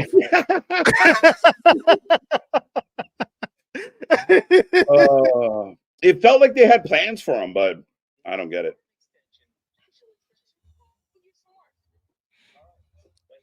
The reason I turned heel on Dynamite because of the hate on Mercedes every week. Damien, I love you, buddy. But if she does good things, I promise we'll say good things. Right now, she hasn't done a lot of good things, and she needs a better finisher. I like the fact that she went back to the bank statement over that backpack twisty thing she was doing. You know, I actually like Damien. So put on your listening ears. I actually like that finishing maneuver. I think it was just executed. I think it was just kind of executed wrong, or people couldn't take it wrong. I don't know. I know the first do it, don't do it. That is true too. I think it was unique. I could say I probably liked it because it was unique and not really been seen before, at least from my eyes. You know, wrestling's been around for 50,000 million years, but I have never seen it. And the first time I saw it, I really thought it was cool. Then after that, it didn't hit right. You know, it takes too much effort to set it up properly. Like, quick, I want to beat you. Get on my back. Like, what the fuck? It's like. But yeah, I mean, I like her doing the crossface instead. Yeah. The Bloodline Saga is a show within a show. That's how you know it's good as F. Like I said earlier, MDB, if you can get 10,000, 11,000 people in a building to scream just by doing this, you got something. And I know some people, I'm so sick of the Bloodline. Guys, there hasn't been anything as consistent or as good. And they have gone through quiet moments. Coming out of Mania, Roman loses the title. It gets a little, quiet. It doesn't disappear, but it gets a little bit not the most exciting. And it was the same thing. They were a little stale. And then, Sammy joined the first time, became honorary. That story was a trip. Like, everybody was cheering. And then, the eventual turn. So they've gone through ebbs and flows. But, I mean, I agree, man. Like, it's a show within the show. Sometimes it was the only good thing to watch on SmackDown. Yeah, absolutely. I think, and I feel like sometimes wrestling fans have a disconnect of what television is, because if you watch any type of show, like, they have ups and downs. There's even a saying, if you're really into TV and really into the behind the scenes stuff, but there's a saying, they call it the sophomore slump, which is the season 2 slump of any TV show, where a lot of the times season 2 is trash from season 1. That's kind of the term they use. So it happens, and it happened in WWE when they're live almost like 52 weeks a year. So I mean, that's, I think, something that Triple H has really emphasized in his time of, like, we have all these shows to fill, so you're not going to get everything right away. And then I think about it, like, for the fans out there, and I know we're in a society of that, they love to binge watch. But it's like, why didn't they kill the villain in the 3rd episode of season 3? You're like, well, no, we're going to stretch it out. We're going to chase the villain for a few. Relax, we'll get there. Absolutely. Oh, there you go. There you go. Cole had to promote a lot of things multiple times. Yeah, listen, there was a time where I came on live a lot and I was very mean to Michael Cole. I did not like Michael Cole, what he was doing. And come to learn that a lot of it was because of the man in his ear and just very robotic, not a whole lot of emotion. But I thought since Vince went away, we were getting a much better Michael Cole. Yeah, absolutely. I think Michael Cole is at the top of his game right now without somebody screaming in his ear the entire 2 or 3 hours. Right? Save boss time, save boss time. Gunther makes the tag. Nice snapmare. And Ludwig taking over. AD and AZ, welcome, welcome, welcome. Oh, AEW was not bad this week. AEW got a 7 from me. It was like the best AEW score in months. I liked a lot of what AEW did this week. There's some gaps, there's some soft spots, but that's fair. And again, I think they did much better this week. yeah, absolutely. Agreed. I kind of even enjoyed AEW. Right? Yeah. Yeah, I enjoyed AEW this week. You were playing Call of Duty, like fuck. I was, but then I actually kind of tuned in for a little bit. And I'm like, okay, they kind of did something this week. Hopefully they keep it up next week, but I don't have those hopes high. So you got to build on some stuff. There's some really good things there that I'm liking. Like I want Kyle Fletcher to keep being kind of cool. I really do think their women's division needs more than 7 minutes a week. I do think there's a wealth of talent, like again, Deonna Purrazzo and such, that I just want to see on my TV. Like that's not hate for AEW. It's like you have them, use them. We'll cheer. I promise. Right, Deonna Purrazzo, Taya Valkyrie, like you got some good talent there. But yeah, I thought a lot of good things happened on Rampage. On Dynamite this week. So again, I call it. You know, if they do good, I don't sit here and go, "Oh, it was a 2. It sucked." I mean, give credit where it's due. Yeah. Both men down, by the way. Cody dying to get this tag. Double clothesline. They definitely just split that money and those vignettes for Vici. He's going anywhere. Yeah, that's true. They just spent all that money on Vici. He's not leaving. Right. That is true. They spent a lot of money, I'm sure. New driver. Is that the because I know she got it from a New Japan wrestler. Is that what they called it? I think that's what they call it. Yeah. I call it the backpackers. Randy gets the crowd going. Randy's up there for me. He's one of my OG faves. Oh yeah, Randy's up there. They definitely in my top 10 of wrestlers of all time. The reason why she's always in the main event or getting title matches is because she's a draw at this point. It has nothing to do with nepotism. That's it. Yeah. That's it. And we've seen if you would have said that to me about a year and a half ago, I would have cussed you out. No, I'm just kidding. But I would have been like, no, that's not the case. But no, you're absolutely right. You're absolutely right. Randy's setting it up.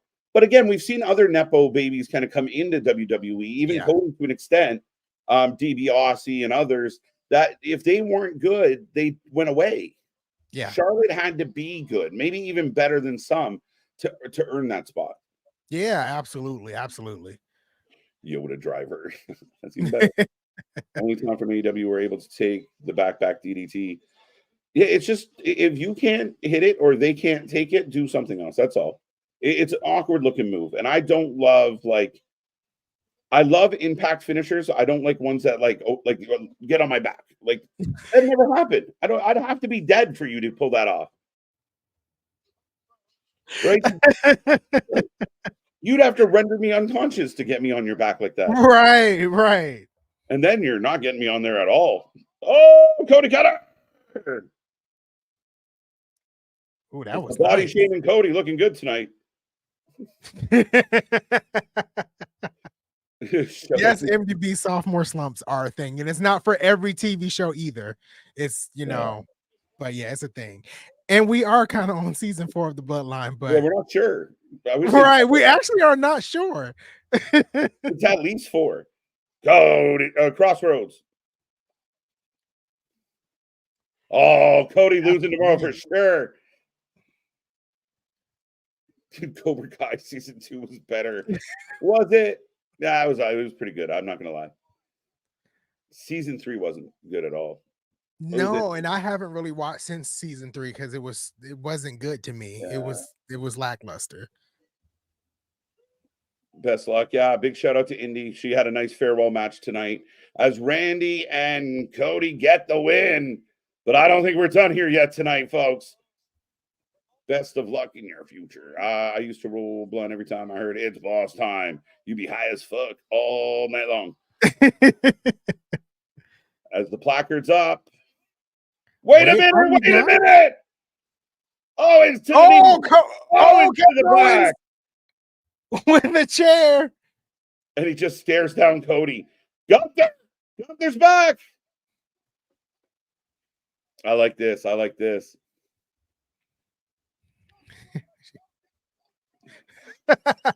Like that.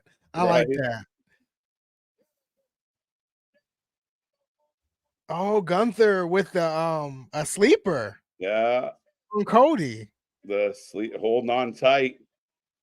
Then everybody out. A good way to go off the air.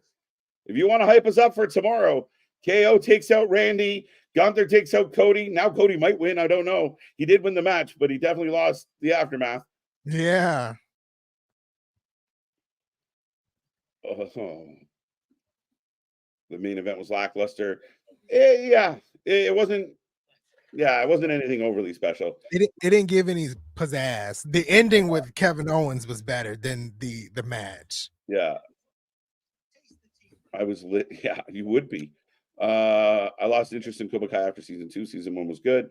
I thought season 2 was good. Season 3, like you said, I kind of like, all right, if this is where we're going, I'm kind of over it. Yeah, I don't even know what season are they on. 4 or 5? I don't. Maybe 5 now. Yeah, I don't know. I kind of stopped at season 3. That's the end of SmackDown here, with it going off air with Kevin Owens and Gunther taking out Randy Orton and Cody Rhodes. So as we end SmackDown here, and unfortunately I have to find Rampage, put in your rating in the chat. How did you feel? What did you think about Friday Night SmackDown? Yes, folks, get your rating for SmackDown into the chat. A rated out of 10 as always, as Anthony and I queue up Rampage, and we'll do our SmackDown post show and talk a little bit of AEW. Now, I mean, one of my favorite matches last week for AEW came out of Rampage, so there's always hope. There's always a little hope for Rampage, I guess. As I have already in the ring, I almost called them Legato. That's hilarious. Los Ingobernables, now managed by Jake the Snake, taking on Butcher, Blade, and Butcher with JD Drake and his cousin. Yeah, and I think that's Butcher, and I don't know the other guy's name. See, I'm terrible. Right. Well, one of them Roosh, yes. Yeah, so I have Roosh and I forgot the other guy's name, and I just said it.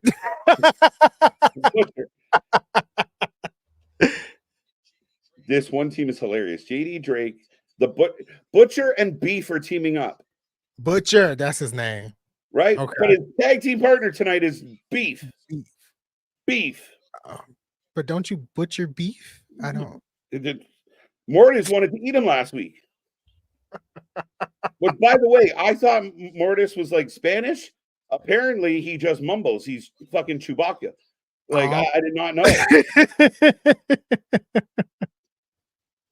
5 out of 10. I think there's like 7 seasons of that show. Holy shit. 7. Wow. Yeah, that's how you burn shit out. Yeah. Cobra Kai Part 2, November 15th. Oh. 8 out of 10, 8 out of 10, 0 out of 10, no Trish. I love it. 7 out of 10, 8 out of 10 for me, 10 out of 10. We got to see Liv. See, if I'll accept that. I mean, if I accept this, I can accept that. Right. Los Grubers and Fuckers. Yes, absolutely. Cobra Kai is a thing on Netflix. Yes, it is. I don't know. Was that the first time they showed executive? No. So that's something new they've started to do recently it's a neat thing, right? Like it's only Yeah. been the last 3 weeks, maybe. I think they started with the move to USA from Yeah. Fox. Okay. Yeah, and then the same with the move from USA to CW for NXT. I would assume they do the same thing for Raw when it goes to Netflix in January. Right. As Roosh sliding JD Drake back into the ring. Beast Motors. Morto. Level Up is still a thing. It is on. Yeah. Beef Butcher. They should just be a team. Get rid of JD Drake. Oh, Roosh, no selling as usual. Who sells less in matches, Roosh or Moxley? Oh, that's a good question. I feel like it'll be Roosh though. I feel Roosh like sells not much. Not much at all. Your beef wrong. Your beef strong.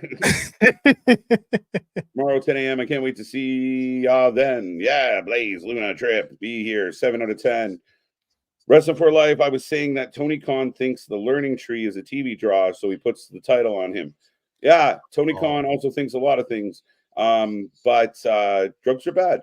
And yeah, no, Jericho's not a TV draw. We all know this. I think it's like there's a handful of people out there. I will say this: on Wednesday, he's starting to get a crowd reaction. He's actually baby facing himself to the AEW faithful, so it's confusing now that he might actually have to take the Learning Tree and become like a silly face gimmick because he's starting to get the crowd to pop. They're almost doing it ironically. Maybe they're doing it out of pity. Bro, just yell, just say hi back. Let's go. Kind of cringy, all these cringy kids. Yeah, I mean, I think, we're not going to get too far into the analysis of Cobra Kai. I actually got kind of tired of the adults of like, really? Yeah, they were dragging the adults. Right. I couldn't take it anymore. I was getting over. I was kind of getting sick of LaRusso. Like, all right, someone beat him up for real. So, like, this guy's whiny. This show is absolutely terrible, but we knew it was going to be 4 out of 10. I don't think that show was absolutely terrible, ABJ. That seems crazy just because we kind of knew it was going to be, but I don't think that delivered. Boring show. I thought it was a solid 2 hours. Was it a great show? No, but there was a lot of decent shit in there. Yeah. I really enjoyed it. I like the Fatal 4-Way women's match.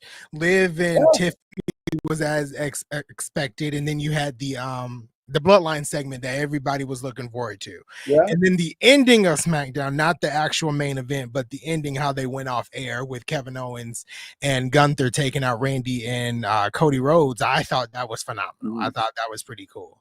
I don't think we gave our ratings yet, but if I had to give a SmackDown a rating, I don't remember what I gave Dynamite because I might edge Dynamite out a little bit over SmackDown.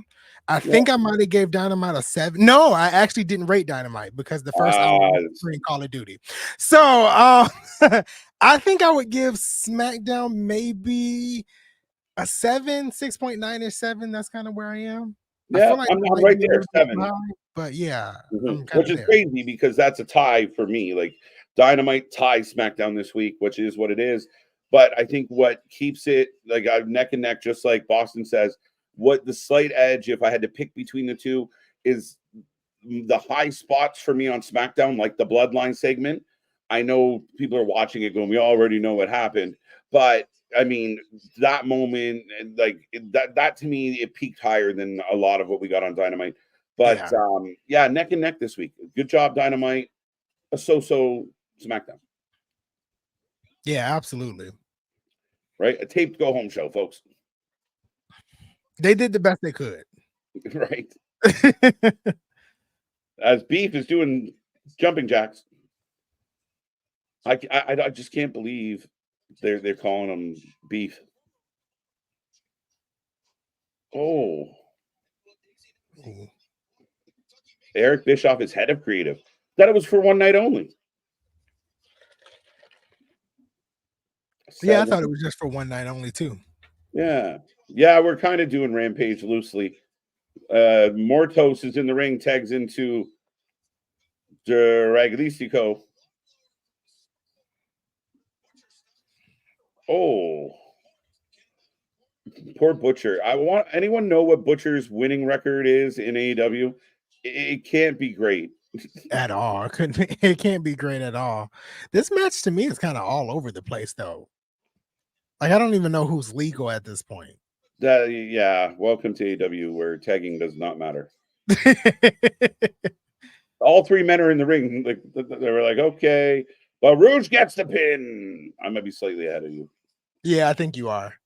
Yeah. Los Ingobernables.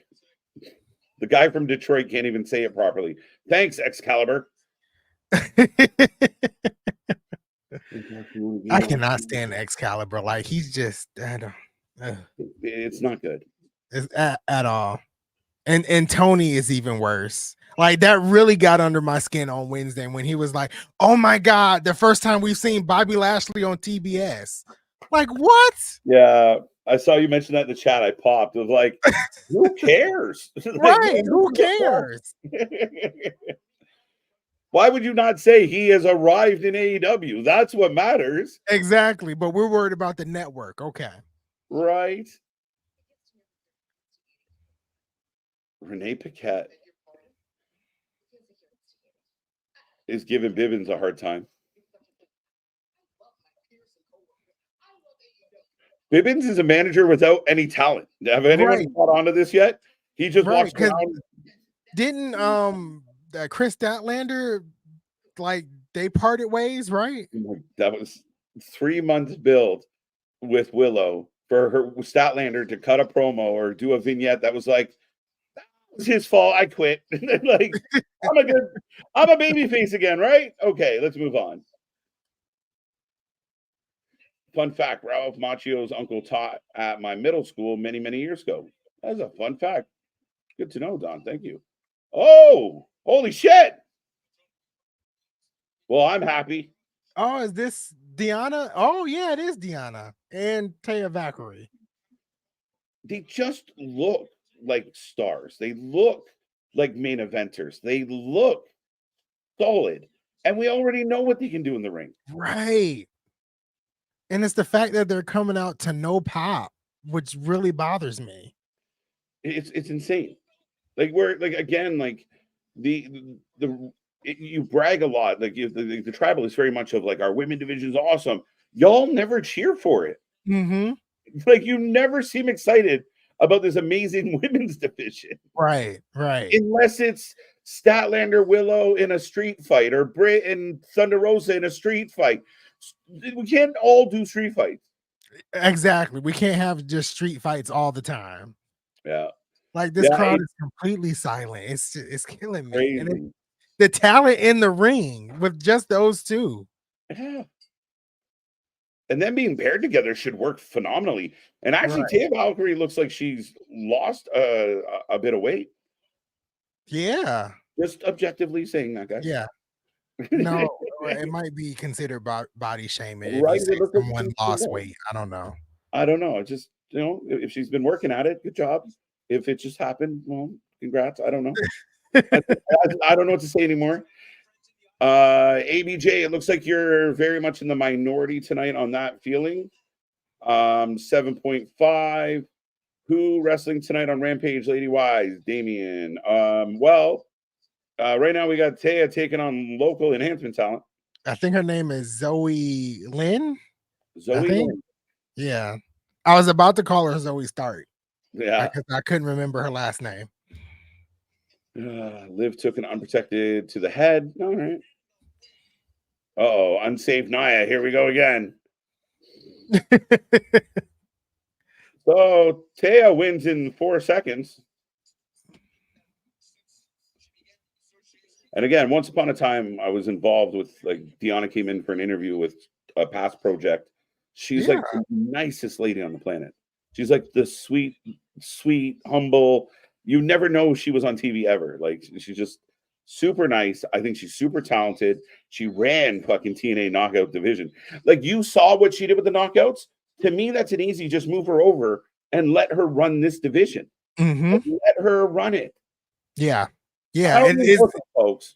It's easy decision. Like she was the Jordan Grace before the Jordan Grace for TNA at one point. And I was nervous about her coming to AEW, and my nerves were correct because she's been there literally almost a year. It'll be a year in January. Wow. And you really can't put anything to her name but the feud that she had with Thunder Rosa, like the back and forth matches they had, like were decent. In that last final match they had, I think was a street fight, can't remember.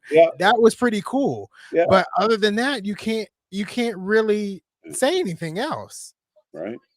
Now Bibbins is trying to get Taya and Deanna. Bibbins is a man without a ship. He's a captain without a ship. This man kills me.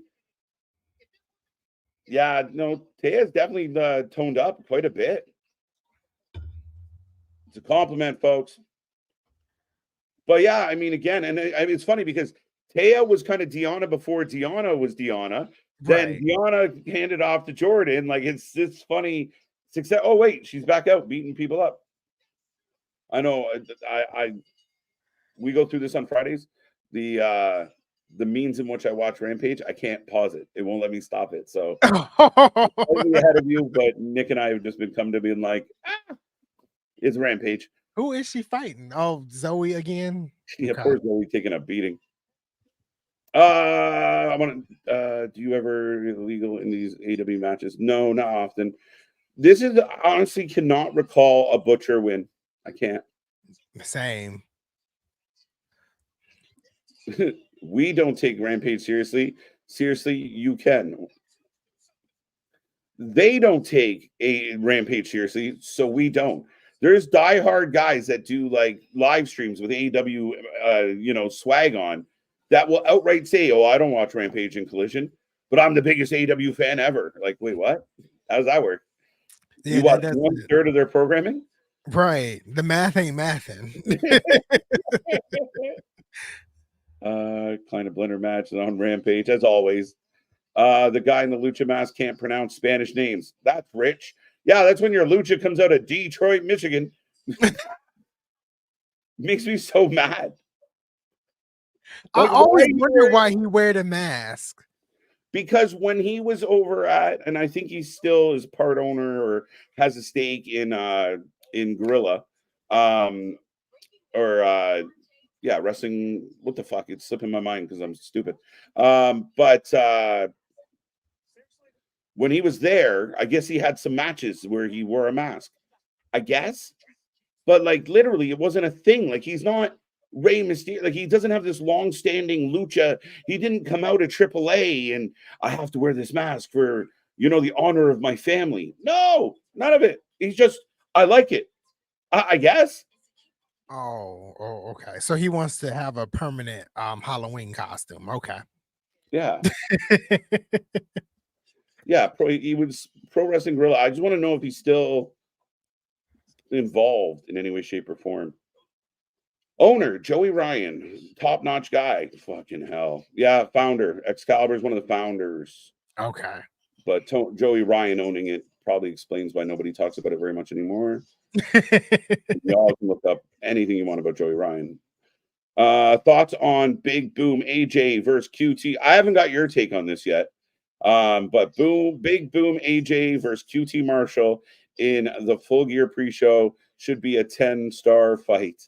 So a TikToker and his kid the kid shouldn't wrestle, but some TikToker is going to fight QT Marshall at Full Gear. I don't know why we had to announce this match like 6 weeks in advance.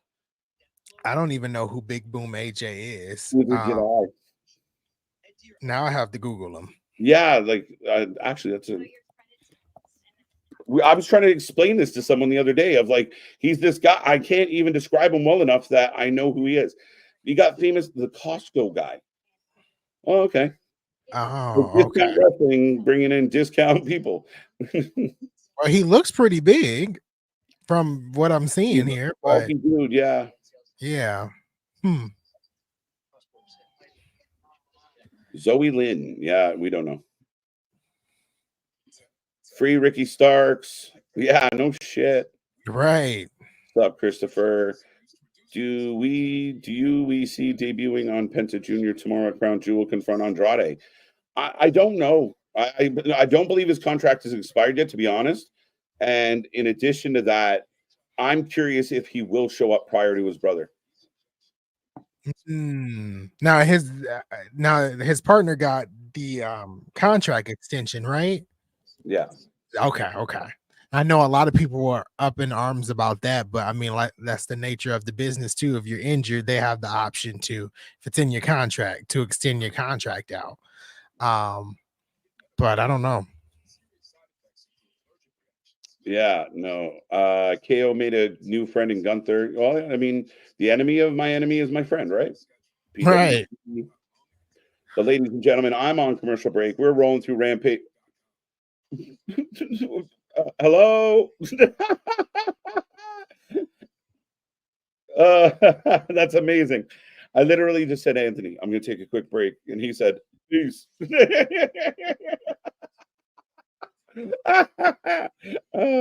should let the man's back in. I don't. The whole website just crashed. I was like, ladies and gentlemen, I'll be. Never mind. There you go. There you go. Marco Stunt has announced his retirement from pro wrestling. Oh, okay. Poor, have fun. Oh, Mariah May will fight. Oh, it's fighting Anna Jay next week. Malachi Black fighting. They did announce the 6-man tag for the Learning Tree versus the Conglomeration. Okay, we got some stuff. We got like 4 matches for Dynamite now. Okay. But I will be right back, sir. All right. As KJ takes a pause and leaves me here alone with Rampage. So they've announced some of the matches going down next week on Dynamite. It's Dynamite. Yeah, next week on Dynamite. So we got that big NXT versus AEW next week, which I'm technically going to be watching NXT. I'm not even going to spend my time tuning into AEW. I think they got a pretty solid lineup on NXT. Anytime TNA talent, especially Jordan Grace, is involved, you gotta, kind of watch. So, but it looks like we got a video package here of Thunder Rosa and Harley Cameron. I think I got her name right. But I like Thunder Rosa. I think Thunder Rosa is pretty cool. I kind of want to see her outside of AEW, maybe in WWE. Also another person I like in AEW is making her way to the ring right now in Queen Aminata. Now, I think she wrestled Mercedes Moné. If it wasn't this week on Dynamite, it was the prior week. I wish that was a better match, but it didn't turn out as good as it should have been. But I really like Queen Aminata. I think she's pretty cool. Who is Queen Aminata facing though? I don't know. Whoever it is, I'm probably going to butcher their name regardless. Top Flight Airlines. I don't know. I don't know what this is. I don't know who she's facing. I don't know who this is at all. Layla Gray. Okay. I still don't know who she is, but at least we got, some type of name here. Jobson down here says Corbin's been around for a while. The crowd just didn't know how to react to him. They changed him to yes.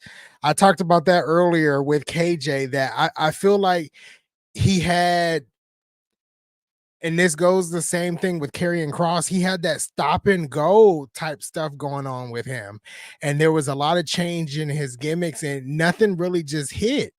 But I feel like now that he's no longer with WWE, he can really kind of find his footing and do something big with a new gimmick. So I'm kind of excited to see what he does outside of WWE. Apparently John Z Top Flight is a faction now. I don't know who they consist of. So someone's gonna have to enlighten me here. But yeah, when it comes to Corbin, I think he's gonna do something big outside of AEW, and I'm looking forward. I mean, outside of WWE, and I'm looking forward to seeing what he does. So we got Queen Aminata versus Layla Gray. Um, Nothing's really happening as of yet here.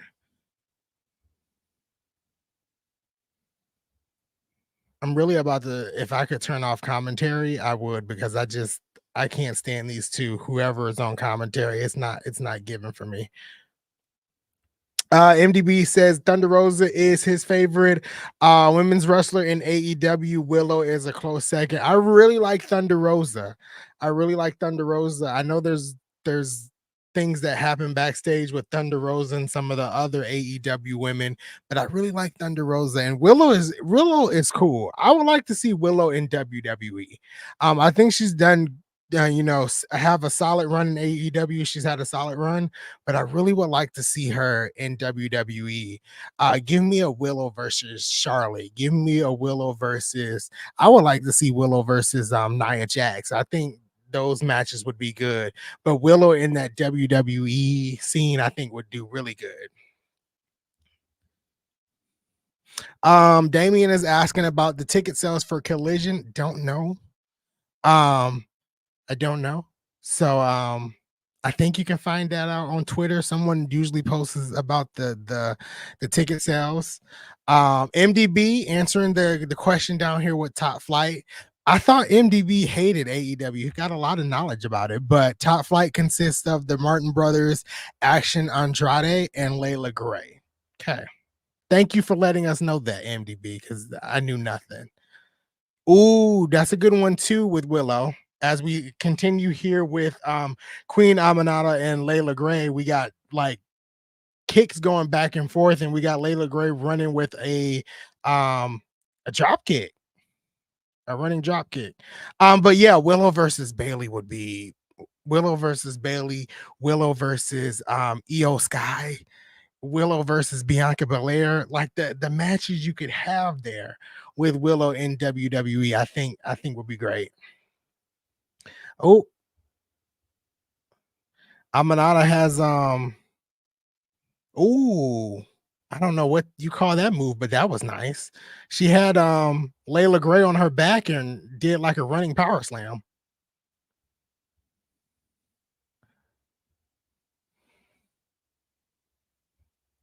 John C asking MDB why this match is happening. MDB apparently watches this every week. I don't know why and how he does that. But yeah, why is this match happening? Is there some type of story behind this? I don't know. Damien saying in the main event of Rampage, we got a luchador match between Leo Rush versus Commander. Don't really know who Commander is. I do know who Leo Rush is. I've seen Leo Rush wrestle live at Impact last year before it changed over to TNA. And I really like that match. I just you want to get behind Leo Rush, but by the time you get behind Leo Rush, he retires. And it's like, okay. I think Queen Aminata just hit a nasty suplex on Layla Gray. Ooh. A running knee from Layla Gray. I called her Layla Grant. Don't know why I call her that, but Layla Gray. And the Bulldog out of the corner. All right. This match is actually kind of solid as KJ returns. Left me hanging for AEW. Leo Rush versus Commander. Holy shit. Hold on tight. Yeah, this match is all right. Layla is not bad and got some upside, but we never see her. And she's a flight attendant, apparently. So that's good. Yeah. And then Queen Aminata, like, I mean, I feel bad for the lady because she's got a lot of talent, but like she loses to Mercedes, then loses to Camille, back-to-back weeks in reverse order because you usually fight the bodyguard first. And then now she's on Rampage. She's probably going to win this one, I hope. I would hope she wins this.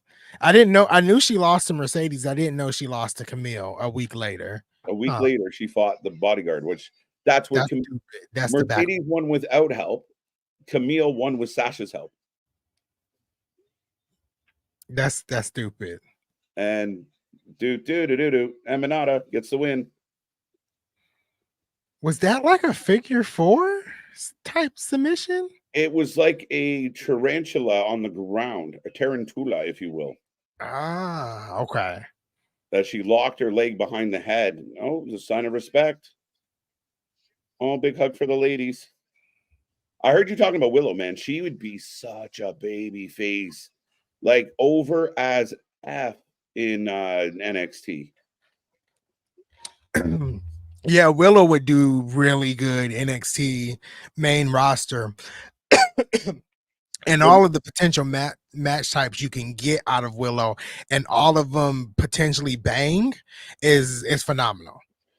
She's a really talented wrestler, and like she'd be like the second coming of Hugger Bailey. Like it would be kind of that vibe, right? Like she just makes people happy, and you want to dance when she comes out. And that's where I feel like AEW really has to push those people that have something that the crowd gets into. Yeah. They're trying to force us to get into Jericho. Right. Or the Young Bucks. You know.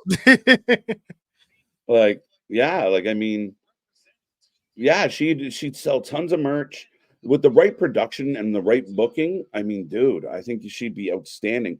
As we are going to get a barn burner of a match next. I'm thrilled.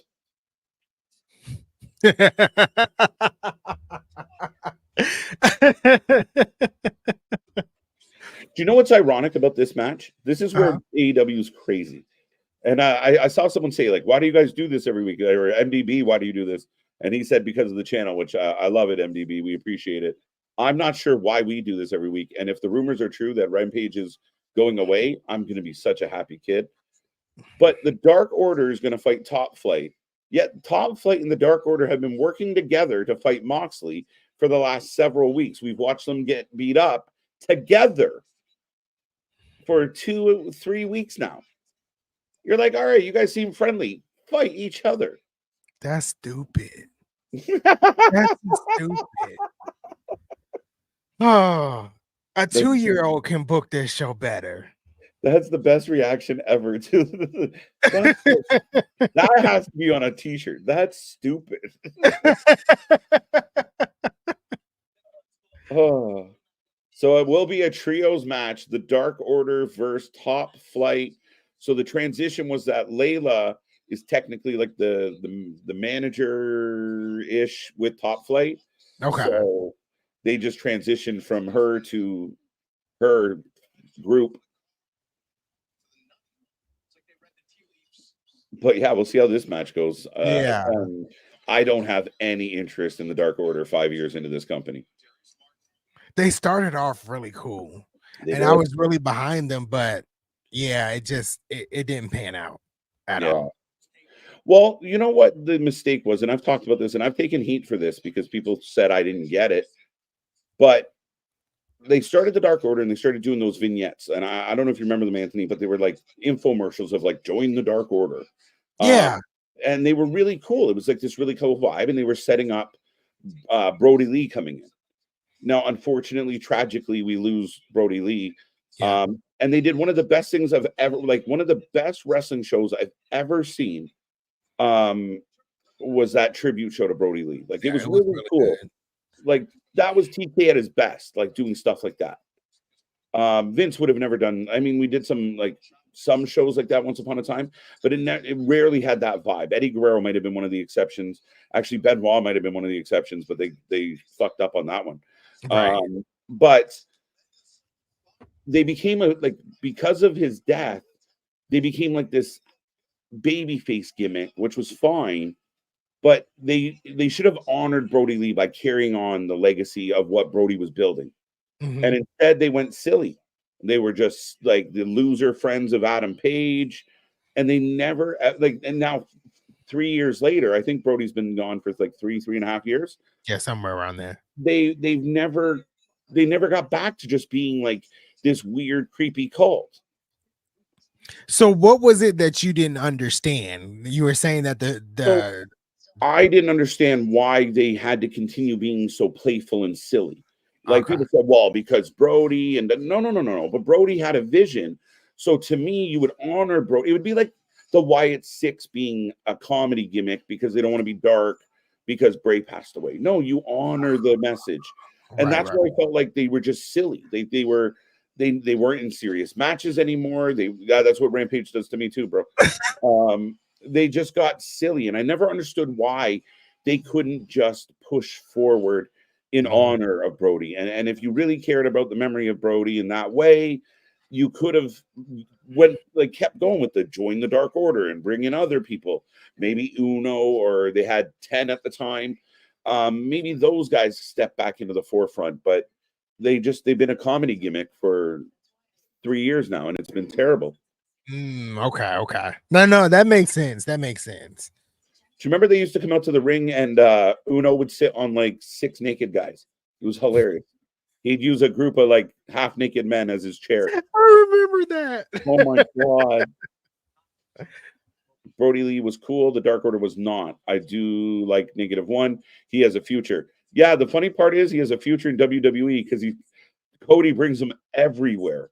Cody Rhodes has been an absolute, and I'm sure other people have. Don't get me wrong, but -1 was at WrestleMania. Like Yep. we've seen -1 involved with the WWE a lot. So if that kid does have aspirations, I think he might be a WWE guy one day. Absolutely. Then again, -1 might be bigger than Adam Cole right now, or OC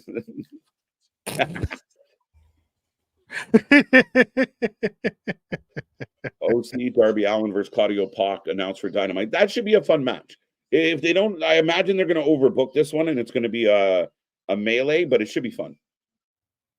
Yeah, this should be fun next week on Dynamite. I don't know which one I'm watching. I feel like I'm choosing NXT. I don't know if I can do the side by side. But yeah, this should be a fun match. Yeah. No, well, we're gonna have, in typical Wrestling for Life fashion, we'll bring up both shows and do our best to keep our heads swiveling. Mhm. But again, like everything is, whatever show is doing the most exciting thing at the time, we'll be calling the most of.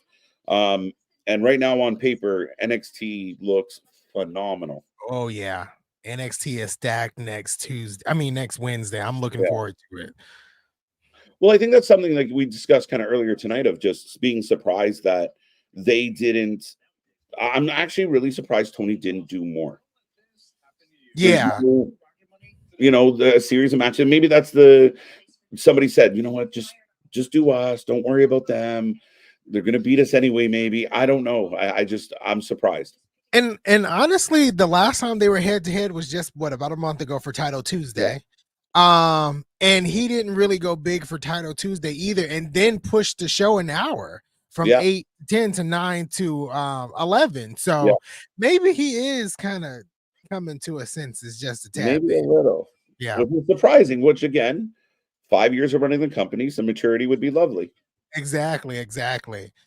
And I did see who returned last night on TNA, Savannah Evans. I was actually kind of excited to see her outside of Giselle Shaw and the Shaw Tourage. I think that was what they were called. So I want to see where they go, because they can really do something heavy with her. And she could really be the muscle in the knockouts division after Jordan Grace potentially leaves. Mm-hmm. Is it bad? I always kind of think of her as like the Tamina of TNA. I've thought the same thing. Yeah, no. I saw the clip. I didn't realize they called her the Cannibal, or is that new? I think that's new. Okay. Yeah. Oh. Evil Uno on fire. Something I never say much. I just, out of these guys in the ring, I just feel for like Action Andretti, because like he came in, beat Chris Jericho, and I thought they were going to really kind of push him, and nothing came from it. Yeah, I mean, again, where the diehard said, well, Jericho was great. He took a guy like Action and put him over. No, he let him win, but he didn't put him over because after that match, he set him on fire. Poof, I'm a wizard. Right. And then we never saw the kid again. If you put the kid over, like this is going to be the test right now with Private Party, is yeah, they won the titles, but if you do nothing with them, you didn't put them over. The over is the key part. You got to use them. So yeah, they gave him a win. What will you do? Andrade's got some talent. He's another guy that like a young guy in the right booking would do great. And actually, I think a guy that in this match that has a lot of character, for lack of a better word, or a little charisma, is Johnny Hungy. Like, I mean, he's a little tiny guy, but if you kind of put him in the right spots, he kind of gets over with the fans because he's crazy. Yeah, And yeah. that little guy. Oh, now Top Flight is fighting. This doesn't make sense. And again, I don't know who's legal. So you can't say that, MDB. That's not body shaming. Can't do that. Oh, that's awesome. It seems like the current writing team struggled to come up with good creative for most of the women. They should consider hiring some new writers to get it. I think, to me, and I don't know, but my perception is, and I think, Tony has actually said out loud a couple times that, long-term storytelling isn't really a thing or that he believes in or stands by. And it shows with the weekly shows. I think with the women's division, with any division, they got to do a better job of having a long-term plan. Okay, this is where we're at. This is where we're going. Like they should have a big whiteboard in Tony's office that like maps out 6 months and like cross them over. Have a little flow chart going so we know where people are going. Yeah, absolutely. I think they really had something going when they had the wins and losses that mattered. I felt like that was something they could lean into with storylines, and that just never kind of went anywhere. On both sides. Well, you get stuck a little bit because so you have a wrestler who's wrestling all year who's 10-0, and then you bring in a Sasha, but you want Sasha to get the belt, but Sasha's 0-0. So does Sasha have to win 10 matches to get a title shot? Like they kind of pigeonholed themselves, and then it went away twice. Oh, they're all now they got a real So Excalibur explaining to us at home they have to be united to take on Moxley. Well, then why did you book them against each other? Right. But Top Flight got the win. And we're doing an entrance, like, that's funny. So everybody's shaking hands like this. Yeah. This is a waste of my time. So what they've done here, and again, we're getting entrances before other people are even out of the ring. But Leo Rush has been with Top Flight. Layla Gray's been with Top Flight. So they just kind of bled him. It is the Top Flight Rampage tonight. That's what it seems like. There you go. I believe you. I take your word for it. Never doubt a farm girl. I vote for Carly Bright. What? That's just random. Oh, I think he's watching NXT Level Up. Oh, well, there you go, bud. Yeah, Leo Rush Commander. This is either going to be real fast and cool, or it's going to be an absolute mess. I'm going to throw up. I feel you, Tony. If we're talking about Rampage, I feel you. I just looked at the clock of like, how close are we to the end of this? And again, some of these Rampages, I don't get it. I mean, I'd have Athena on Friday nights. Pick a handful of people that you consistently put on Friday. Like, do you want to see a good Athena match? Tune in on Friday. Do you want to see the Righteous? Tune in on Friday. I know somebody earlier said, well, the Warner Brothers Discovery wasn't interested in Ring of Honor. So then you find a loophole and you just start booking the Ring of Honor talent like you do on Dynamite on Fridays. Right. And why couldn't they just do like something they were doing with AEW Dark and Elevation and just have Ring of Honor on YouTube, where everybody can kind of watch? I don't know. That's terrible. I think that was actually part of the deal with Warner Brothers Yeah, that's why they originally had pulled the Dark and Dark Elevation, is because they wanted to bring the content in-house exclusive. I Okay, think, okay. but who knows? That makes sense. Leo Rush spent too much time at Diddy parties. Hmm. Ouch. Hmm. I really want to love Leo Rush, but I can't. Nick and I talked about Leo the other day, and again, there's upside to Leo. He's got some talent for a tiny guy. He's got moves, and he can go and da da da. They should actually put him with Bobby Lashley and let him do that gimmick again. Oh man, that was fun. I don't know if he liked it, but I did. Oh, it was irritating as hell, which was the point. I mean, again, it would work. He'd be the Right. It would work very well. let him be the mouthpiece of the Hurt Syndicate. Yeah, I kind of like that. Right. Lashley. Right, like shit. But then the problem is you book him in a few things and he retires. Right. I swear to God, he's got like a number in his bank account. Like when I get there, I'm done. I'm retired. And then when it gets back down, he's like, I'm back in. Back I've never even noticed them, to be honest, MDB. So I'll take your word for it. The best part of Rampage is watching Anthony suffer. This might be the comment of the night. It's up there. Diddy shaming. Not Diddy shaming. This is where the streams break down, folks, and we just hope it ends soon. Right. The last, 15, 20 minutes is where it kind of breaks down. We are suckers for punishment, apparently, at this channel. I will take a minute to remind everybody that's still listening. Thank you, I guess. That means a lot. That if you're still listening, you are really a fan of the channel. Right. But yeah, 12 p.m. tomorrow, we're looking at Crown Jewel. And based on what we got this week and such, I actually have pretty good expectations going into this one. So I really think there's a lot of fun stuff. But we'll be here live. Get up, grab your cereal, grab your brunch, your lunch, whatever. But it will be Brunch with the Boys 13. Commander. I really want WWE to get Alex Abrahantes out of AEW. I know we talked about Penta and Phoenix. Yeah. We've lost. They had so much potential with Alex Abrahantes, especially with Penta, doing the Penta Says stuff. Yeah. Like when they were doing that with Cody during the pandemic.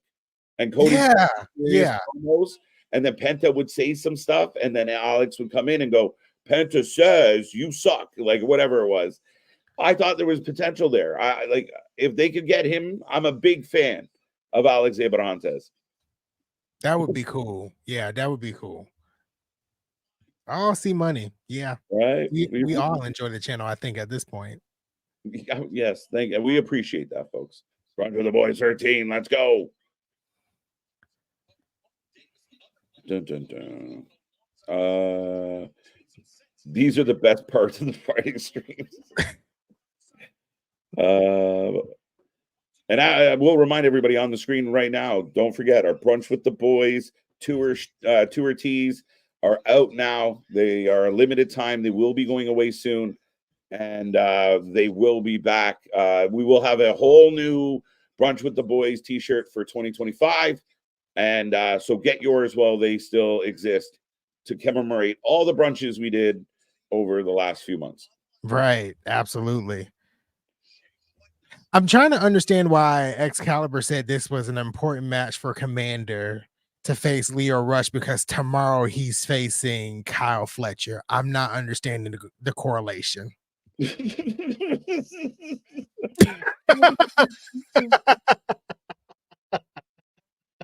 Well, these aren't the same things.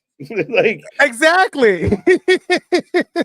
I'm trying to go with their Excalibur with you, but it ain't working. Right. I mean, God, it kills me. Like again, so this is just a warm-up match for the right. Is this the pre-match before the real match? I don't know. It's crazy though, because Leo does not look outsized at all tonight. He doesn't. So Commander is actually smaller than I realized. And now they're in a shoving match. They are officially on the playground, folks. We're in an episode of Bob's Burgers at this point. It's funny, I just got a commercial for Bob's Burgers. Irony. I like the way there's two names out there that I love saying, and I don't know if I do them good or bad. But Abrahantes and Los Ingranables. They're just fun to say. Most names and shit, especially international, I butcher. But hey, it's fun. You got those two down packed though. Abrahantes. It's just a fun name to say. Right. Anthony, the amount, micro and macro aggression, along with the body shaming and the gaslighting you've done tonight. I'm sick to my stomach. Canceled. Crazy. It's even insane, like, because I would have been canceled a long time ago when you call your best friend and the first thing you say on the phone is "What's up, big back?" Like, I don't like I do that on the daily. So I don't know. Why does Commander's mask have a ponytail? I think Draglistico, Commander, and Dragon Lee all have tails. I don't know if it's significant in the lucha world. Okay. I don't know why. I think it's just to mix it up. You don't want to have the same mask as everybody else. Yeah. That's what we did on Wednesday. We're trying to figure out what Excalibur's mask on the inside must smell like at this point. If that doesn't make you feel sick to your stomach. Lip Rush would be even funnier as a name. All right, it's a step away from Bum Bump. He's finally taller than someone. In a matter of time, it's impressive how Tony Khan was able to devalue the stars he signed. Yeah. We've talked about it earlier tonight with the women for sure. I'm very curious how it plays out for the Hurt Syndicate. They look cool right now. Mm-hmm. I'm curious where can they continue the momentum? Does MVP or Bobby or Shelton get enough say that they remain kind of being significant? Or, I mean, if they're a heel faction and they're going around beating up everybody, but Moxley's running around beating up everybody, we might run out of people to beat up. No, true. And I one thing I have an issue with is there's so many factions in AEW. I feel like there's so many factions with no direction. Number two is, and I said this before with the Undisputed, I think they were called the Undisputed Elite when they first came into AEW. But I don't want to see an old WWE storyline on AEW television. That's why I continue to call the Hurt business the Hurt Turd Sniffers, because I don't want to see it in AEW. I mean, they had their moment in WWE. It took off and it kind of fell flat. That's really not because of Hurt Business's fault. It was the way that Vince McMahon looked at them. But I just don't want to see it. And I feel like just like the Undisputed Elite failed, I feel like this is going to be the same thing, especially when the first thing you say is, "Oh my God, Bobby Lashley is on TBS." Yeah. Do you think they missed an opportunity? Like, would it have made a bigger impact or been a cooler moment if he did come out in Wrestle Dream when they did that promo segment? Yeah, absolutely. I think that would have been the perfect moment. I think it was. I don't want to call it a waste because Bobby Lashley did get a big reaction on Wednesday. It was one of those missed opportunities. I feel like that he should have came out at Wrestle Dream. Yeah, I felt that way too. It was weird. Like, why are we saving? Like, we had a couple big moments on Wednesday that like was when Fright Night Dynamite that big of a thing that we were saving special moments for it. Right. Weird, right? I think Wrestle Dream would have been the bigger or the more like the higher priority as far as moments. Yeah, and then I think it would have helped that segment in general at Wrestle Dream because that segment was trash. Like, it started off, it had potential, then they went on for 72 minutes talking and it went nowhere. 72 minutes. Yeah, no, you're not wrong. With no payoff. That's the thing. Like, if you're gonna, right. Well, how do you not have a payoff at the end? Oh, Okay, sorry. We're back to the action. They're all running around like crazy. I need to go tweet about this. No one. You can't cancel Sweet Tony Rings. You can't. You can't. It's Sweet illegal at this point. couple to cancel this man. We have to stick with Sweet Tony Rings. We can't go with the other one that was said earlier. I don't even remember I all just of said the it. words. Supple. Sweet. Oh, supple. yes. We can't go with that. No, please. Well, tonight during Rampage, he's being a little sweet and sour, folks. Sweet Tony Rings works. Wow, some fans having a meltdown over releases. Baron is a millionaire and had a good run. Saw a fan saying he won't watch because fuck off. Unbroken, again, we know, as I call it, virtual signaling, just because it sounds funnier, but it really does. Like you said it earlier. Nobody was asking for Baron Corbin. Mm-hmm. Nobody. Right? There's only one TikToker that I know specifically talks about Baron Corbin a lot. So when I saw her tweet earlier today that she was a little upset, I was like, I get it. You talk about Baron Corbin a lot. But Right. everybody else that they just yeah, you wasn't asking for Baron Corbin. No. And like I get it. Like Tegan, I like Tegan. I don't dislike her, but she never found I didn't think she was that good in NXT. I didn't think she was that good on the main roster. She's had injury trouble, not her fault. Sorry, but this is, and in a world of I know it's crazy to think a merit system could exist, but she just hadn't earned her stripes, and now she has an opportunity to do that. But I mean, again, for all the content we create, and both of us, it blows my mind because we weren't getting blown up on the. I can't believe they're not using Indy. Last thing Indy did of substance was marrying Dexter Lumis.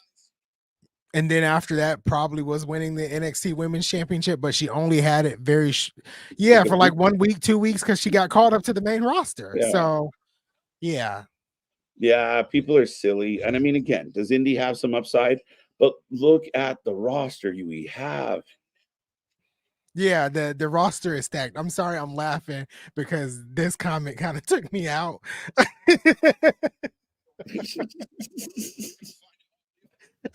What did you see that I didn't see?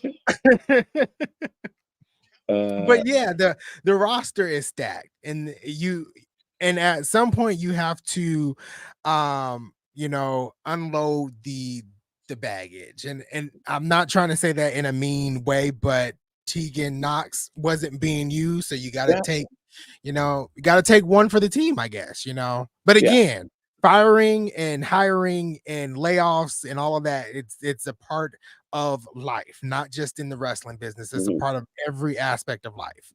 Yeah, and like I said, I mean, the funny thing is people having a meltdown over Baron. Baron chose not to re-sign. Right.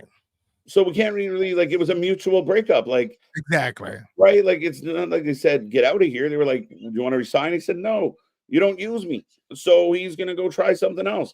Maybe he's having fun being a YouTube cook. It's worked well for him. That's true. Right? Like, man makes a mean looking steak. I've never tried it, but it looks good. Right. Excalibur's mat smells like mildew and dirty water. That's actually a lot more positive than I assumed it was going to come across the board. Especially coming from MDB. Right. Moldy maple Swiss cheese. Long-term storytelling. Well played, Unbroken. So Tanahashi is got one more year, then retiring. Would he partner with Omega when Omega returns? Your guess is as good as mine. I saw a thing going around today. I think it came from the Observer that Kenny is slated to take on Okada when he comes back. And I'm like, really? I get they have history, but I don't know if that's what I want out of Omega. I think you bring Omega back in to like go after a Moxley. Like Omega is a guy that the fans could really get behind as like the hero of the company. And there's still the Osprey Omega. I just don't know what is Omega going to be like? How long has Omega been out now? I feel like it's been over a year or close to it. He's been out a minute. So, like, is he gonna be his normal self when he returns? And I don't know, like, what diverticulitis. Hopefully I pronounced that right. Yeah, Kind of does to your body and to your yeah. system. Does he really come back at 100%? Like, is he able to do 100% of the things he was doing before he was diagnosed? Commander gets a win. Leo Rush just did a job to Commander. Ooh. Oh, yeah. I mean, diverticulitis is dangerous. It's Brock Lesnar went through it as well. Mhm. The rumor was that he was going to require surgery on his intestines to solve that. So that's a whole level of problems because you're going in through Yeah. the muscle tissue and such. I'm not a doctor. I don't play one on TV. Yeah. Fan of nurses though. And then he had other ailing injuries, like he had a bit of a bum knee, and he was getting a lot done. So I'm not sure when the last time we saw him was, but I feel like it was last December. Well, didn't he come back? He didn't wrestle a match, but wasn't he involved in the elite turn earlier this year? He showed up for a couple of Yeah, episodes. he Okay. appeared in Winnipeg, because it would, yeah. They brought him Okay. in for a Winnipeg thing. But remember, yeah, that was right when the Bucks and Jack Perry were beating up Tony, so they beat up Kenny too. Okay. Kenny Omega has been out so long that AEW opponent is in NXT now. Facts. I hate when WWE does a roster cuts like firing people. I hate it too. Listen, everybody hates it. And it's not. Listen, nobody really cries for the dude that gets laid off of, his job at the glue factory or, Dunkin' Donuts, as we referenced earlier. They happen and they're unfortunate. They suck. If anyone's ever had it happen, it's a shitty day in life because you got to figure things out.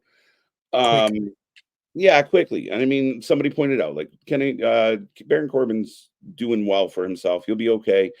And I'd rather have people that have an opportunity now to do something more. Dijak be a good fit in TNA. I'm actually surprised we haven't seen a lot of Dijak. He's kind of gone quiet. Yeah, he did those string of interviews with anybody and everybody, and then he went quiet. But I remember the outrage when he was gone. Oh, Yeah. I can't believe it. And nobody even brings him up now. Right. Oh, of course, we got somebody. Yeah. I mean, Boston said he had some outrage, so I don't know if that's legit outrage. Nick But was I'm like, not trying to talk about you, Boston. So right. Well, ladies and gentlemen, that is the end of Rampage. That is the end of the stream. 3.5 hours strong. Greatly appreciate the chapeau that runs the show, Mr. I almost called you supple again. I can't do it. Sweet. Tony Rings in the house. Once again, shout out to Nick and Mrs. Nick for the birthday celebration. Hope taxes have gone well and you filed correctly. But that is our show, folks. The fact that 57 people walked through Rampage with us, outrage is warranted. Let it go. You'll be fine. You'll be back. But I'm KJ White, Mr. Every Night. We will be back tomorrow, 12 p.m. Eastern Standard Time. Wake and bake. Do all the things. Grab your snacks. Grab your feel good. Join us. It's going to be a hell of an afternoon. It's going to be a fun one, folks. But until next time, we appreciate you. Check out all our socials. Click all the buttons. Go follow Anthony. Anthony's TNA review coming. Actually, I should have let you say that. Do you want to add anything to my ramblings? Yeah, the TNA review is out tomorrow. Probably won't be talking much about this past week's episode of TNA. We'll basically be focusing on Bound for Glory. And hindsight, I didn't really like this week's episode of TNA. But I think it was because the tapings were stopped because of Chris Bay. And so they didn't get everything on there. Then they had some replays of Bound for Glory. I think they almost replayed the entire Vikingo match. So I'll be talking more about Bound for Glory tomorrow. Perfect. And no since updates on Chris. He's with his family and such. But he's with his family, and Ace Austin apparently hasn't left his side at all. His tag team partner. Yeah. Thoughts and prayers going out to Bay. Hopefully he bounces back. But like I said, ladies and gentlemen, that is our show. If you missed us, go check out all our original content and all our library down below. And until tomorrow, Crown Jewel from Saudi. We're going to crown 2 new champions, kind of, sort of, not really. But it's going to be a fun show. And until then, we'll see you on the flip side. Good night.